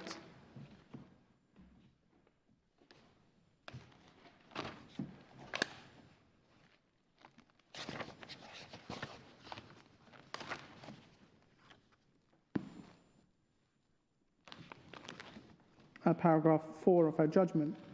And I'm so sorry, which judgment? The Of the 13th? 13th. Yes, my lord. I'm going to, and maybe that I can do this slightly quicker by giving you the references, but ideally we would have the 13th of December judgment Yes. Thank you. side by side with the Court of Appeal judgment to Yes, thank you. look at them. So if we look at the 13th of December judgment, the judge does set out the background to the dispute, paragraph 4. She mentions her judgment handed down on the 13th of August and mentions that it made clear that adjournment of the claimant's application was conditional on security being provided, and she made the order specifying the form of security on the 17th of September 2019. So the chronology hasn't escaped her. She has mentioned the delays. But I'm so sorry. The Court of Appeal has identified a delay in respect of which there's no evidence that any steps were taken by FAAN to put the guarantee in train. When we were debating paragraph 29 of the 13th December judgment, you said that when the judge refers to the delays, and there being good reason for the delays, she was meaning all the delays since August. But since I don't understand you to be disputing that there is no evidence that any steps were taken in the 1 month period after August, doesn't that tend to indicate that, in fact, in paragraph 29, the judge is just focusing on the delays from November, not going back over the whole history? But she says there's good reason for the delays. I mean, if they haven't done anything for a month, one couldn't say that in relation to the period from August, could you? Well, there's a number of things there. There is nothing in the judgment that mentions that period. That's correct. And there is nothing in the evidence that suggests activity before that period. But the point that was put in evidence was that we do not have a Treasury account. We need to get approval from ministries to procure this bond. And there was no suggestion that such approval could be obtained in advance of the order. Now, when the judge says that she has taken into account, and this point about the lack of activity from 13th of August was made in the respondent's evidence. So the judge has said, I've looked at the evidence, I've looked at the delays, I have sympathy that FAAN had to deal with lots of agencies. Was this specific point mentioned? No. Is it right for an appellate court to be dissecting the judgment and saying, well, this wasn't mentioned, therefore I can assume it wasn't accounted for? I would say that's not correct. Yes, thank you. But so your position is that this point was mentioned, the delay of 1 month was mentioned in the hearing on the 13th December, was it? No, what No, I'm it saying wasn't. is that I misunderstood you, sorry. I don't have the transcript of that. You don't have the transcript. Of the hearing, but the evidence and the skeletons that were put before the judge, which she said she looked at as a whole, did mention, for instance, all from the respondent's side, mention the culpable delays by my client. If the question is, did the appellant explain any activity that took place in this period? No, he didn't. I've made clear to you my concern about paragraph 29, because standing the criticisms of the Court of Appeal and simply reading the early correspondence which went to the ministry in the period before the 22 days delay, I struggle to see what evidential basis the judge had for making a finding that there was good reason for the delays. Well, on the 2nd of October, Your Lordship will have this. On 2nd October 2019, FAAN starts writing to the various ministries that it needs to get permission from. It writes to the Minister of Aviation, it writes to the Attorney General and the Minister of Justice, and it writes to the Minister of Finance. Is it sending letters every day? No, it's not. But when we're looking at the tone of correspondence or the wording used in correspondence, which is politically sensitive, hierarchical, and intended to be persuasive, I do think it's quite dangerous and incorrect in my submission for the appellate court to be saying, well, the judge should have taken a different view of this correspondence. She saw FAAN as subservient to these ministries. She saw the effort it was making as a party without any of its own funds as adequate. But aren't those points reasons why it should have started immediately? It knew that it had to get this guarantee to try and get all the necessary consents, whereas we know that they did nothing for a month. Well, it's not for me to say whether they should have or shouldn't have. All right. But the fact is, if you're suggesting, my lord, that this is a factor that the judge failed to give weight to or sufficient weight to, or it makes her finding irrational, I will submit no, it doesn't, because she started off by saying her starting point was, I understand the delays, I understand also that although some delays are unexplained, FAAN is a victim of its status, parastatal status, and that it was making bona fide efforts. But on the whole, when she had to balance the delays with the substantive compliance, she decided, and we say that that cannot be properly interfered with, she would give weight to that substantive compliance.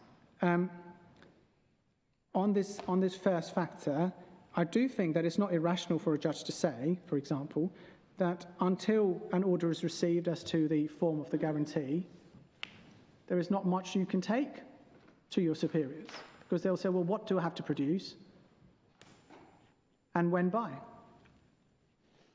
So in my submission, for an appeal court to be venturing into this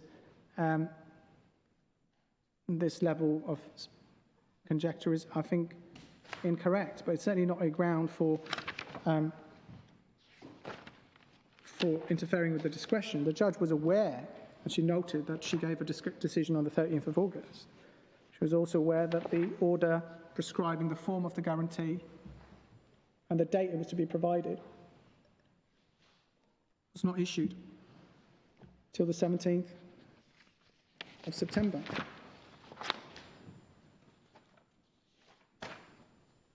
Then we look at paragraph 82 of the judgment.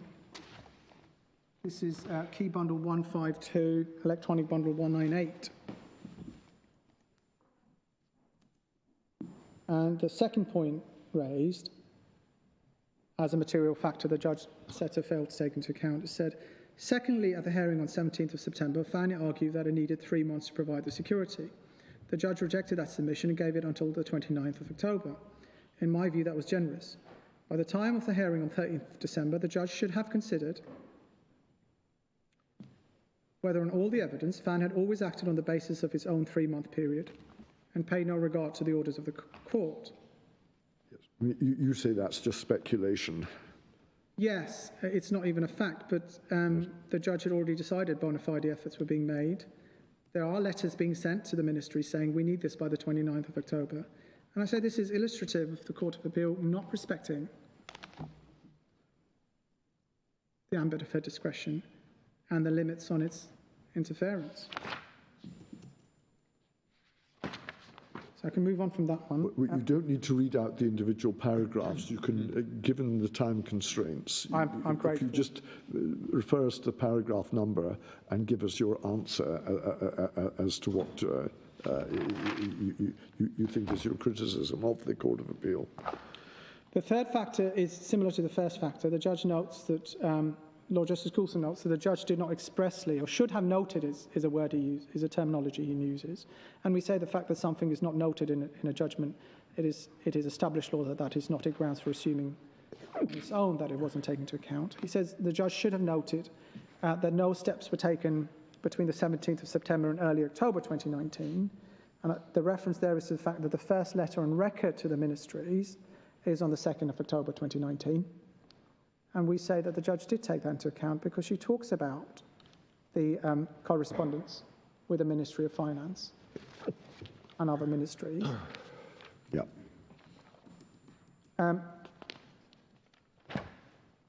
The fourth factor is that the judge should have noted that it was only on the very day that the first order was due to expire, that FAAN applied to the Court of Appeal. The judge notes that in terms. She calls it a last-minute application. It's surprising that that is being used to criticise the judge when it's so obviously something that she even called last minute.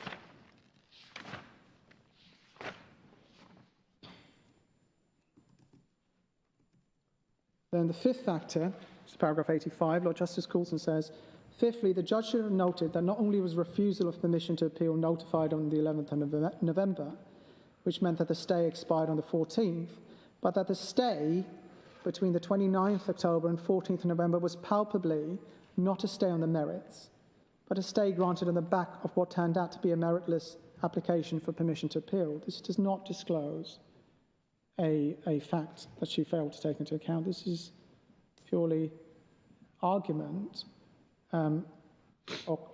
because she notes in terms that there was an application for a stay, and on the stay pending permission to appeal, and permission for appeal was denied. So there's nothing here. This does not disclose anything that she does not take into account. It's something she expressly mentions. The sixth factor appears to duplicate the fourth factor. It talks about inactivity between the 29th of October and 14th of November. And it says that the correspondence is desultory, and it's not the sort of correspondence one would expect from a state agency like FAAN, facing a clear and unequivocal order of the court. The judge took a different view. She saw FAAN as subservient to the ministries. And she saw limitations on how they could write to the Minister of Finance. These were letters chasing. It was not as if the requests had not been put. And when one reads these letters, as I invite you to, they state very clearly that if the order is not if the guarantee is not provided, then the award will become enforceable. It is not a matter for or basis for interference with her exercise of her discretion for the Court of Appeal to say she should have taken a particular view on the tone of correspondence. And she took a different view. Then the seventh factor at paragraph 87 is that the judge should have noted that FAAN's last-minute application for a further extension of time was to all intents and purposes abandoned. It was not advanced on the 6th of... You don't need to, again, to save you time, you don't need to read it out. I mean, the point is that the application for extension was abandoned. Yes. And the judge said in terms that she did not hear on that extension of time application. And when she, to be fair to her, when she looked at the delay, she looked at the delay, the default in its entirety, the whole 22 days, to the extent CPR Rule 3.9 applies. But again, it's fortunate for me standing here on behalf of the appellant that she specifically mentioned this in her judgment, the fact that she was not addressed on it. But the judge cannot be criticised for not mentioning every inference that the Court of Appeal wants to make against a particular party. This was an extempore judgment. Yes. I think we have that point, yes. And then the last point is I say, particularly easily taken care of. It said that the judge should have noted there's never been any explanation as to why the Central Bank of Nigeria was not involved. And that's something actually the judge says in terms. I would have liked a better explanation of this. So neither of these 8 factors, we say, meet the higher threshold for interference with a judicial discretion. And the more one looks at the detail of the 8 factors, one sees that the judge did, to the extent she was required to actually mention them in her judgment, she did mention them, whether generally or specifically. Ultimately, this is a question of weight. She did not see the delays on balance as overweighing the substantive compliance. She also saw that there was, in her opinion, good reason for the delays, but from what she suggested, she did not see the 22 delay in the absence of detriment as leading to enforcement. The final point that Lord Justice Coulson noted in passing is that the judge was wrong to refer to the call on the guarantee as being inappropriate.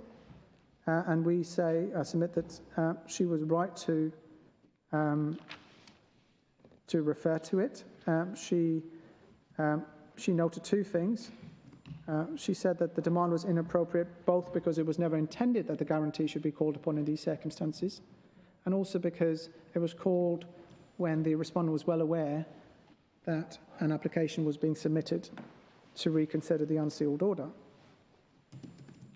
I don't see that in our submission. That is not an irrelevant consideration. It was not the gravamen of a decision. She made that clear that had there been, that was the provision of the guarantee.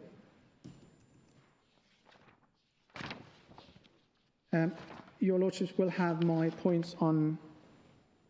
Yes, your points on issues 3 and 4 relating to relief from sanctions we have in written form, and obviously we'll take them fully into account. You can choose if you want to use up some of your reply time now, because you are into what might be called injury time on the allocation of. My Lord, if I may use, or you can wait till your reply, having adopted your written submission. Are there any questions that your Lordships have on issues 3 or 4?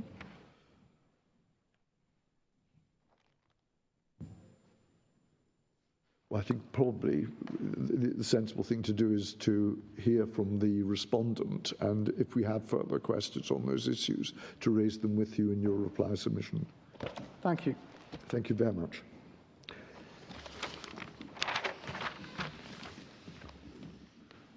Mr. Key.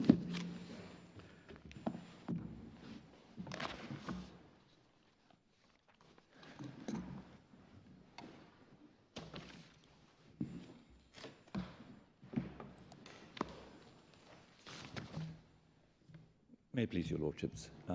I have taken note of Lord Hodges' comment that brevity is sometimes to be welcomed.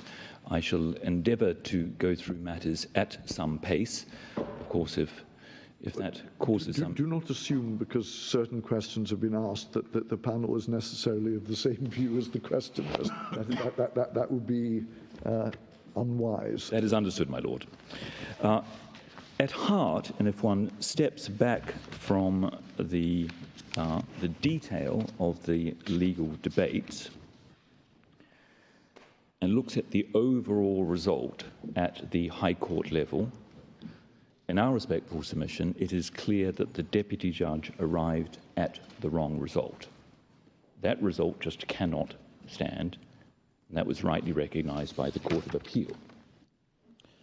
Now, obviously, we need to work out precisely why it was wrong and the route to get to the correct answer.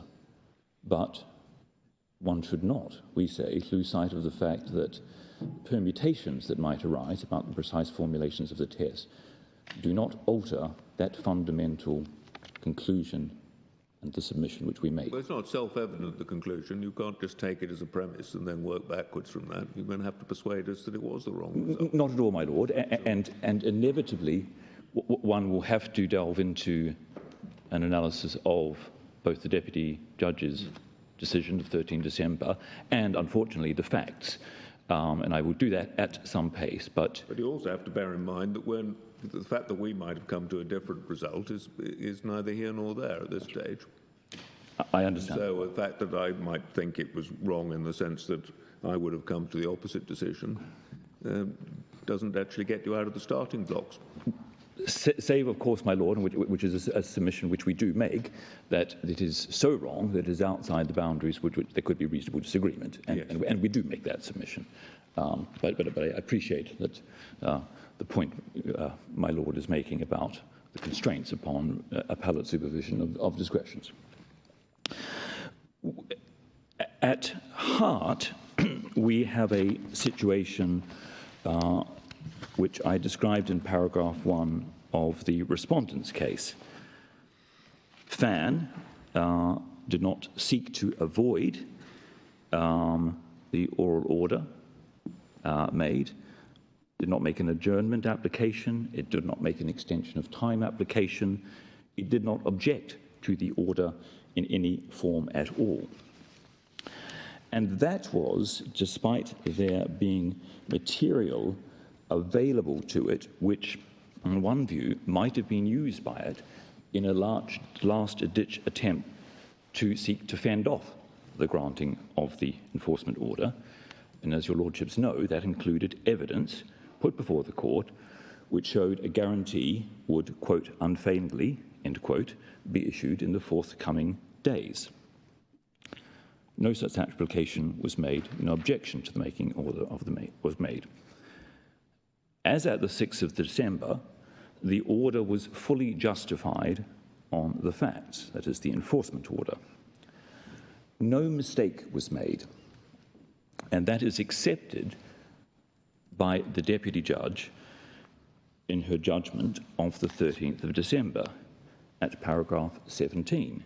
She says, quote, "This is not a case of a mistake having been made," end quote. And she is right. There was no mistake.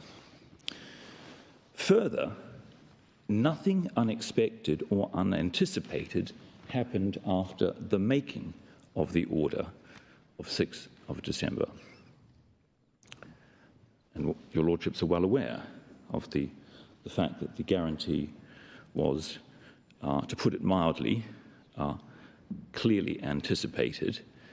From FAAN's side, it was regarded as unfeignedly. Well, it's one thing to have been making promises for weeks there's going to be a guarantee, and one may get pretty sceptical about that.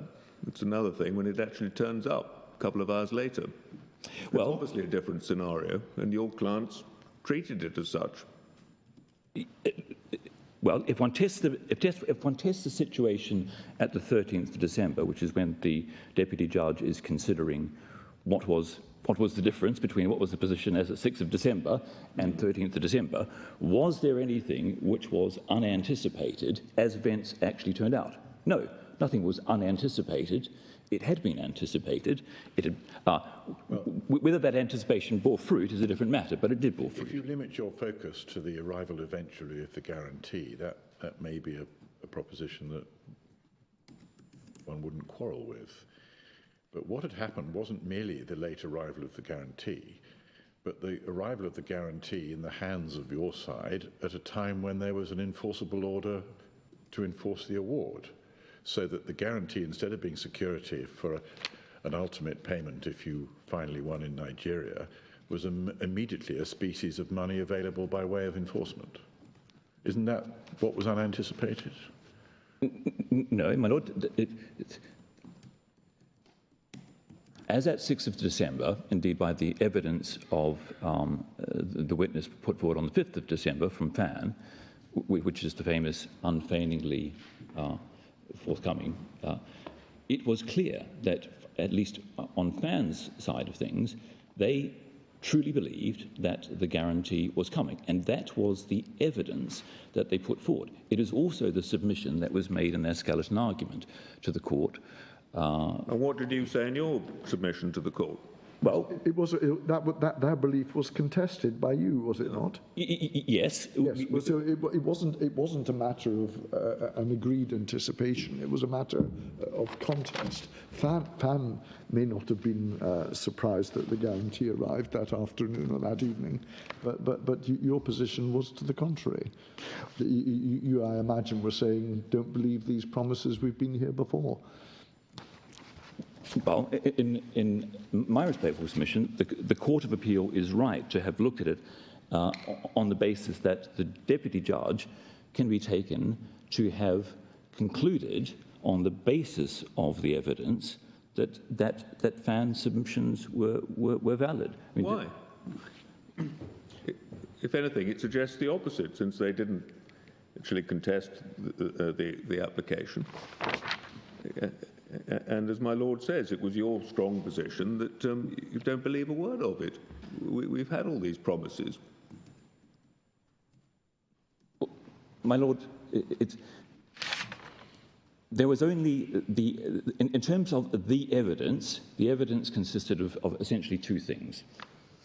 The evidence was the witness statement evidence, and that is the evidence which was relied upon, put forward by FAAN, which your lordships are familiar with.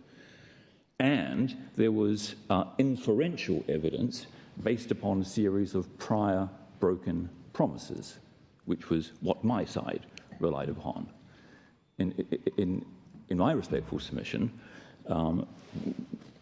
the Court of Appeal was entitled to draw the inference that the judge took all that into consideration, took into account the evidence of FAAN, because of course, the judge, although it might be a matter of little judicial opposition in terms of making the order for enforcement, the deputy judge still needed to turn her mind as to whether, in all the circumstances, notwithstanding no opposition from FAAN, it was appropriate to make that order. And against the background of evidence which indicated from FAAN's side that this guarantee would be unfailingly in place, we say she must have taken that into account. Yeah, but I mean, if I'd been the judge, I would have been pretty sceptical, I think, that the guarantee was going to turn up. But there was, on any view, a change of circumstance from considerable doubt about whether it would or wouldn't to a situation in which it had. It's another question whether that was a sufficient reason to reopen the order, but it's unreal, isn't it, to say that nothing had actually changed within that afternoon.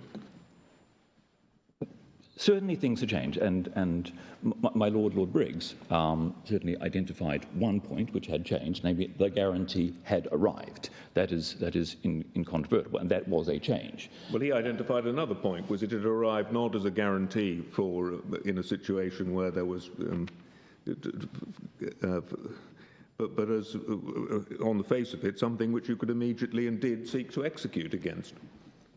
Yes, and that is just a consequence of the production of the guarantee at the time. It's not a different thing in itself. It's one aspect of the production of the guarantee at that time. You were anticipating, was it?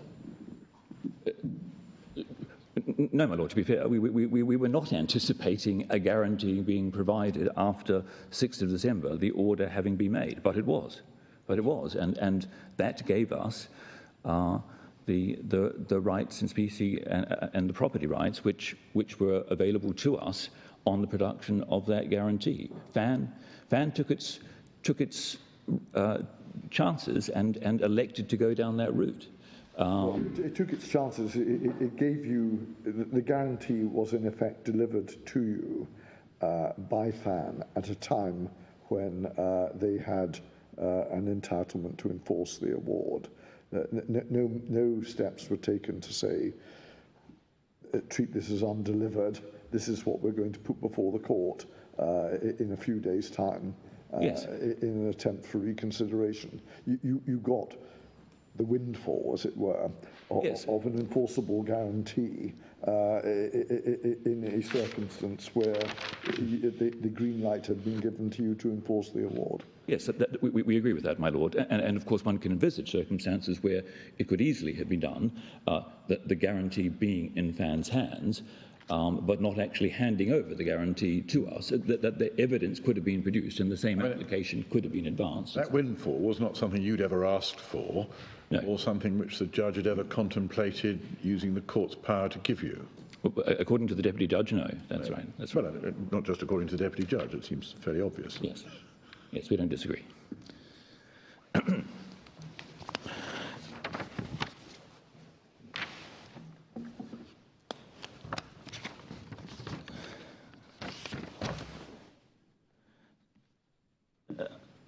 As I have indicated briefly, but I'll say it in different words, the precise formulation of the legal test that the deputy judge and indeed the Court of Appeal should have applied is, of course, the subject of much debate between your lordships. But in our respectful submission, in particular looking at matters from my client's perspective, the precise formulation of the legal test is of secondary consideration. I realise, of course, from your lordship's perspective, it may be of somewhat primary consideration.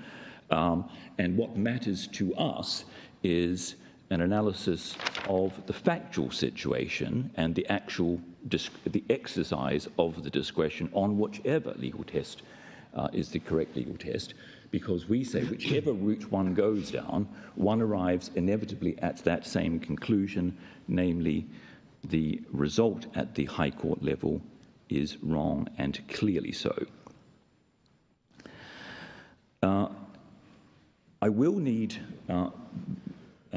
both for that reason and because of eligibility grounds, to look at some of the, with your Lordship's permission, some of the factual documents in this case. I realise that Lord Hodge has already indicated, and I'm sure that's across the board, great familiarity with those materials, but they are slightly opaque, both in the metaphorical and the literal sense. Given the approach taken by the Court of Appeal, I think it's inevitable that you will want to show us some of the documents that, that led to the Court of Appeal's view. Yes. If I can give a brief structure to my submissions, subject to any further suggestions from your Lordships. I was going to, but I will not at this stage, unless your Lordships invite me to after the short adjournment, give you something, if your curiosity is piqued by the recent developments in Nigeria, as in the Supreme Court ruling, which has found its way, I could give you a brief update on the consequence of that. I will leave your Lordships to reflect over the short adjournment whether you want that or not. The end point is simply that this is not, in the famous words, the end. It is not the beginning of the end. It is the end of the beginning. Subject to that, my first main set of submissions will be on the correct approach to reconsideration applications in a case such as the present. I will give your Lordships the assistance I can, but as I say, from my client's perspective, that is secondary to the exercise of the discretion and the factual analysis. And that will be my second task, looking at the facts and the approach of the Deputy Judge and their, by reference to that, the approach of the Court of Appeal. And finally, I shall deal briefly with the sanctions, with the relief from sanctions point. If I could just highlight one point there to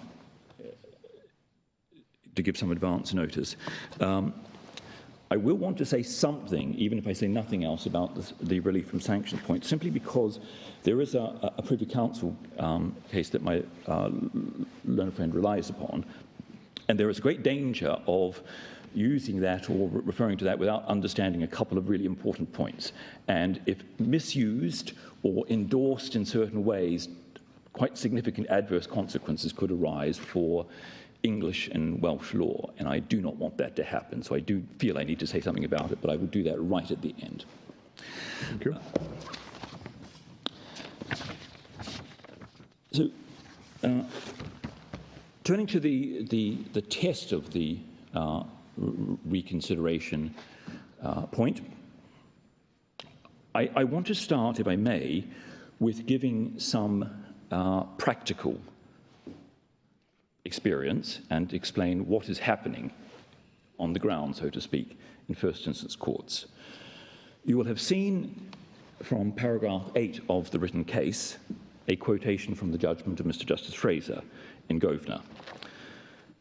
That's my written case, stating that such applications occur far more frequently than could be expected, or than ought to be expected, and that an application could be described as now being almost routine.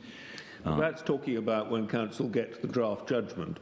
Yes. And we know all too well that one has seen an increasing tendency to treat the draft judgment as something which counsel can have a second go at when they're meant only to be sending corrections. Yes, yes, my lord. Is there actually any evidence at all that there's a growing practice of people coming to the judge before the order's drawn up and saying, well, I'd like you to look at this again, please, which is different?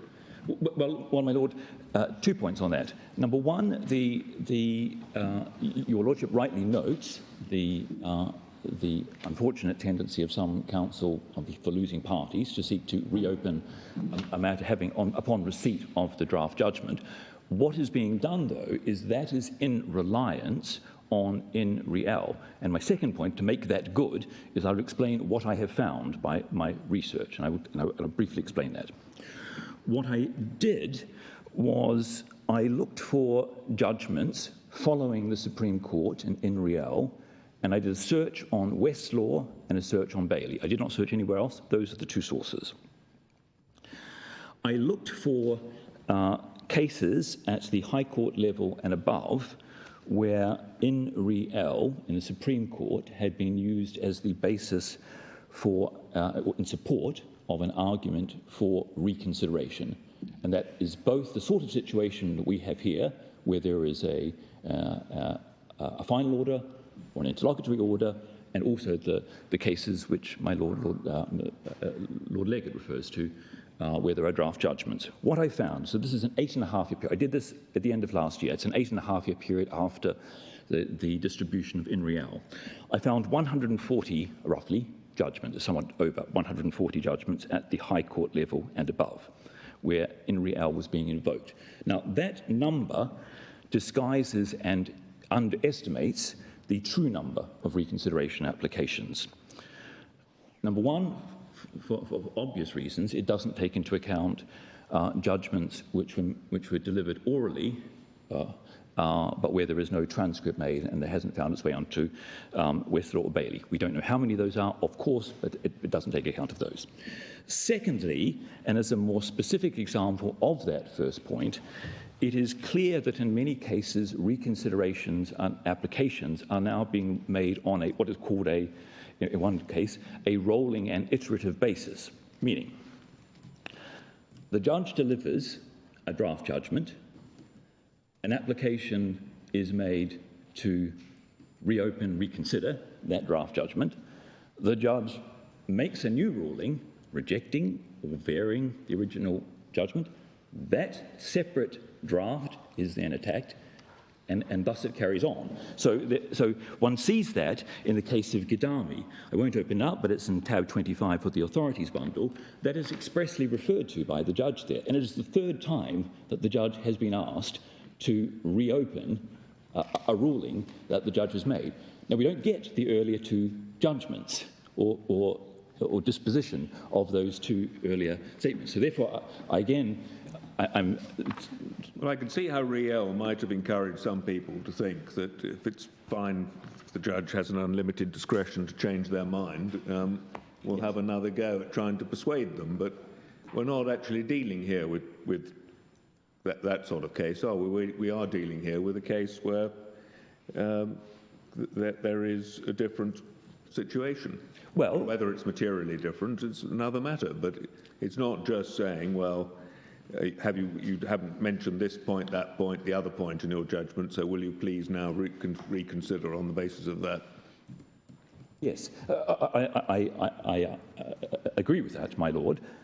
And it is, in part, I'm making this submission, I'm making it for two reasons. In part because I want your lordships to be aware as to what the Supreme Court in real has precipitated. It's difficult to be clear as to what happened before in real and what happened after it, but it is clear that in real is being relied upon very, very regularly. Your 140 judgments are all different cases, are they? Correct, different cases, yeah.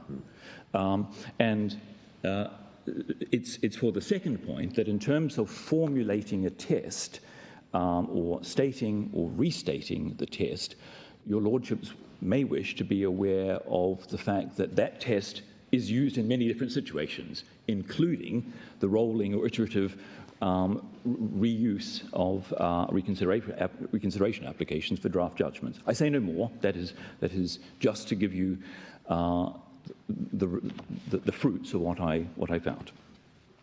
Now, in relation to in real,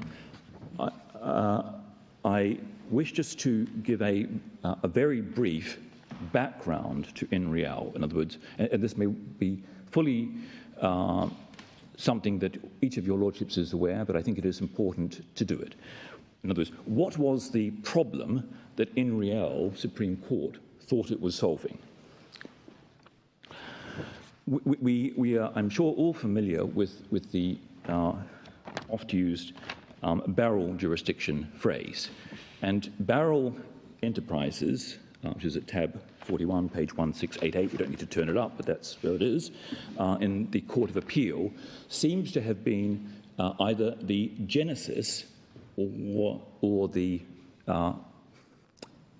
main basis upon which subsequent submissions were made that there needed to be an exceptional circumstances test. In fact, the Court of Appeal in Re Barrel described it as a most exceptional circumstances. So that was the hurdle that needed to be cleared. Thereafter, that formulation was picked up almost universally, as far as one can see, by judges and by counsel. Sometimes they disagreed, but they needed to grapple with it.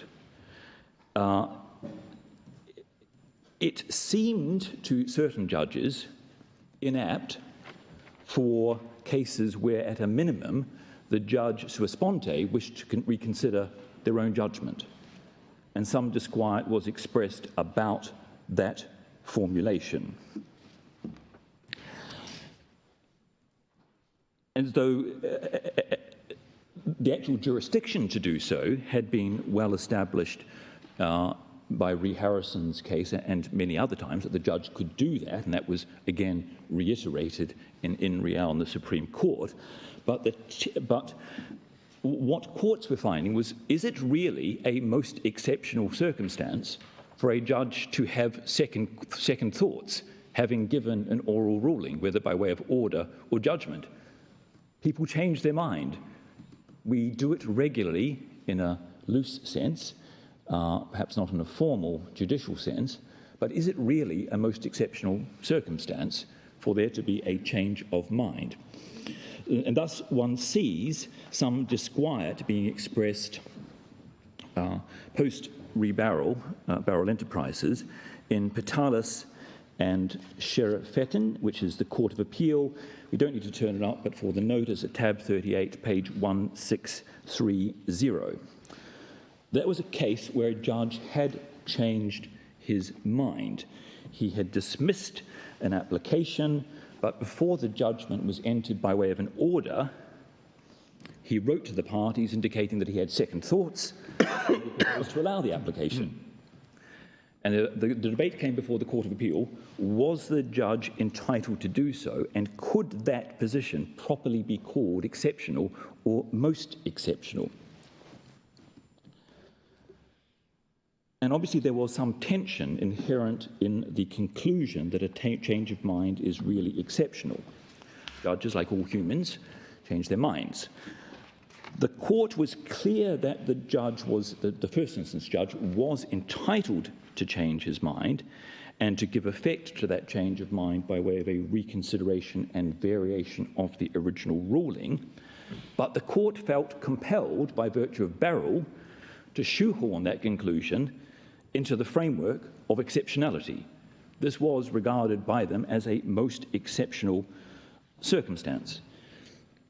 And as the Supreme Court in Real tellingly and memorably described the Court of Appeal's decision in Petalis, and I'm, again for the note, this is in Real, paragraph 22,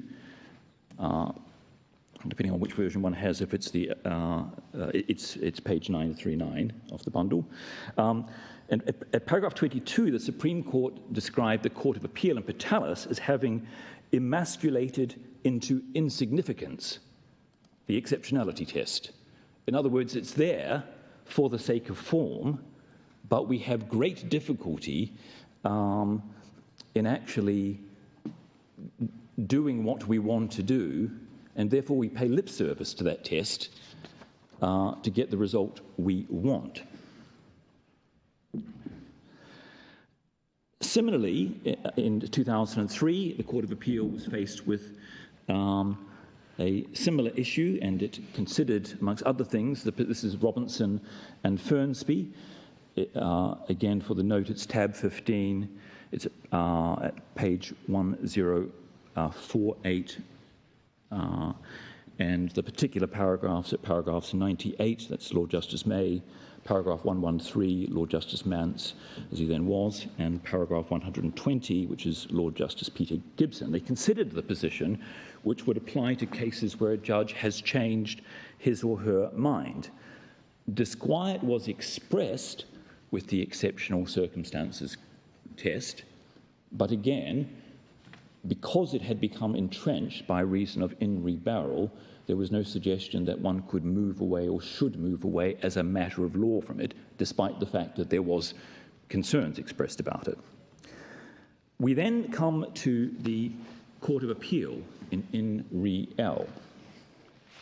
Again, as we know, because we know the Supreme Court facts, that was a case where the judge had changed her mind after announcing her decision, and she had done that sua sponte, not because of some evidence or application that had been made to her. It was a volte-face in some senses, but one can understand it having regard to the factual issues in play in real. The Court of Appeal was split 2-1. I thought in real, counsel had written to the judge asking for further reasons on something. Yes, you're right. It was precipitated by something, but the actual change of mind wasn't because somebody said, "Oh, you're wrong," or "We suggest that you're wrong. We want you to reconsider." But you're absolutely right, my lord. The Court of Appeal was split, as I mentioned, 2-1 as to whether it was permissible for the judge to change her mind, and they noted again the then extant tension between the most exceptional circumstances test in Barrel and other cases which were inclining towards a preferred view, although not expressed as a legal test yet, which suggested that a judge was not bound by the most exceptional circumstances test. Lord Justice Thorpe and Sir Stephen Sedley concluded that the judge should be held to her first expressed view. By contrast, Lord Justice Reimer concluded the judge was entitled to change her ruling. And what one senses from that, it's not quite expressed it in great length in the Court of Appeal, they do it in rather shorthand form, but is that the majority judges did not feel that a mere change of mind could be most exceptional circumstances for reasons which are explicable. In other words, putting aside the case in front of them, could a judge simply be regarded, could a change of mind by a judge be regarded as most exceptional circumstances? Answer, no, and therefore the judge in the first instance judge in Real was not entitled to do that. Well, the view in Patelis is the exact opposite, as I understand it, which was that a change of mind in the mind of a judge sufficient for the judge to want to intervene before the order was sealed was, by definition, exceptional. Yes, absolutely, absolutely. So, and again, it's this. What is coming before in the court, in the Supreme Court, are two streams of authority, not necessarily binding authority, but two streams of thought. One is, if we are constrained to a most exceptional circumstances, we're going to have a lot of debate about whether things fall the right side or the wrong side of the line. And other judges, who other streams of judicial pronouncements, which suggested it was not necessary to do that. That is what was before the court. That is what they resolved. And we know that they decided that the Barrel test, the most exceptional circumstances or exceptional circumstances, was stated too narrowly. There was no need to identify exceptionality, but a need to deal with cases justly. So that is the background to in real, but it does not answer the sort of questions which my Lord Sales was raising as to how one applies, exercises that discretion. And we know, and Lord Sales as much as anyone, that there are structured discretions, such as, for example, when one is considering whether to grant an injunction, whether to admit further evidence, that there are certain identifiable stages that a judge is expected to go through. Which it does answer it, doesn't it? It says that this isn't a case like that. My Lord, just so I understand the question, you're suggesting the Supreme Court in real? Yes. No, my lord. It doesn't state the position one way or the other. What it does is it knocks out the most exceptional circumstances hurdle, and says it's a matter of discretion. But there are discretions and there are discretions, as Lord Sales has identified. And they went beyond that. They said it's a matter of the overriding objective, dealing with cases justly, and that each case is going to depend on its circumstances. That is saying, isn't it? It's up to the judge to consider what the judge considers just in all the circumstances, and the judge does not have to apply some other criterion or structured approach to getting there. It's a matter for the judge. 2 points, if I may. I realise I'm sort of into, again, the metaphor extra time, well, not exactly extra time, but into encroaching into some short adjournment time. But rather than leave it on a cliffhanger, if I may answer that with your lordship's permission, please. So two points in answer to that, my lord. The first is, the Supreme Court was answering a narrow question. It answered it in quite broad terms, but the narrow question was, should exceptional circumstances survive as a test? No. But it did not then go on to give any positive or negative or at all articulation as to what one would do. And so we respectfully disagree, my lord, if the suggestion is that it is not possible for this court sitting today, to provide the sort of structured discretion analysis which the Court of Appeal, other judges, and I, on behalf of my client, urge for the court.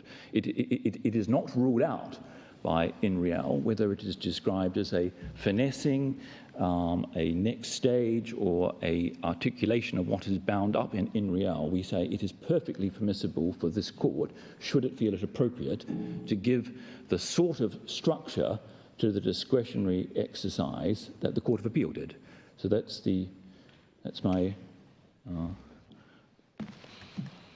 answer. Again, I'm happy to take up that debate further, but I realise I'm detaining everyone from... We can debate further after the short adjournment. Thank you very much, Mr. Keith.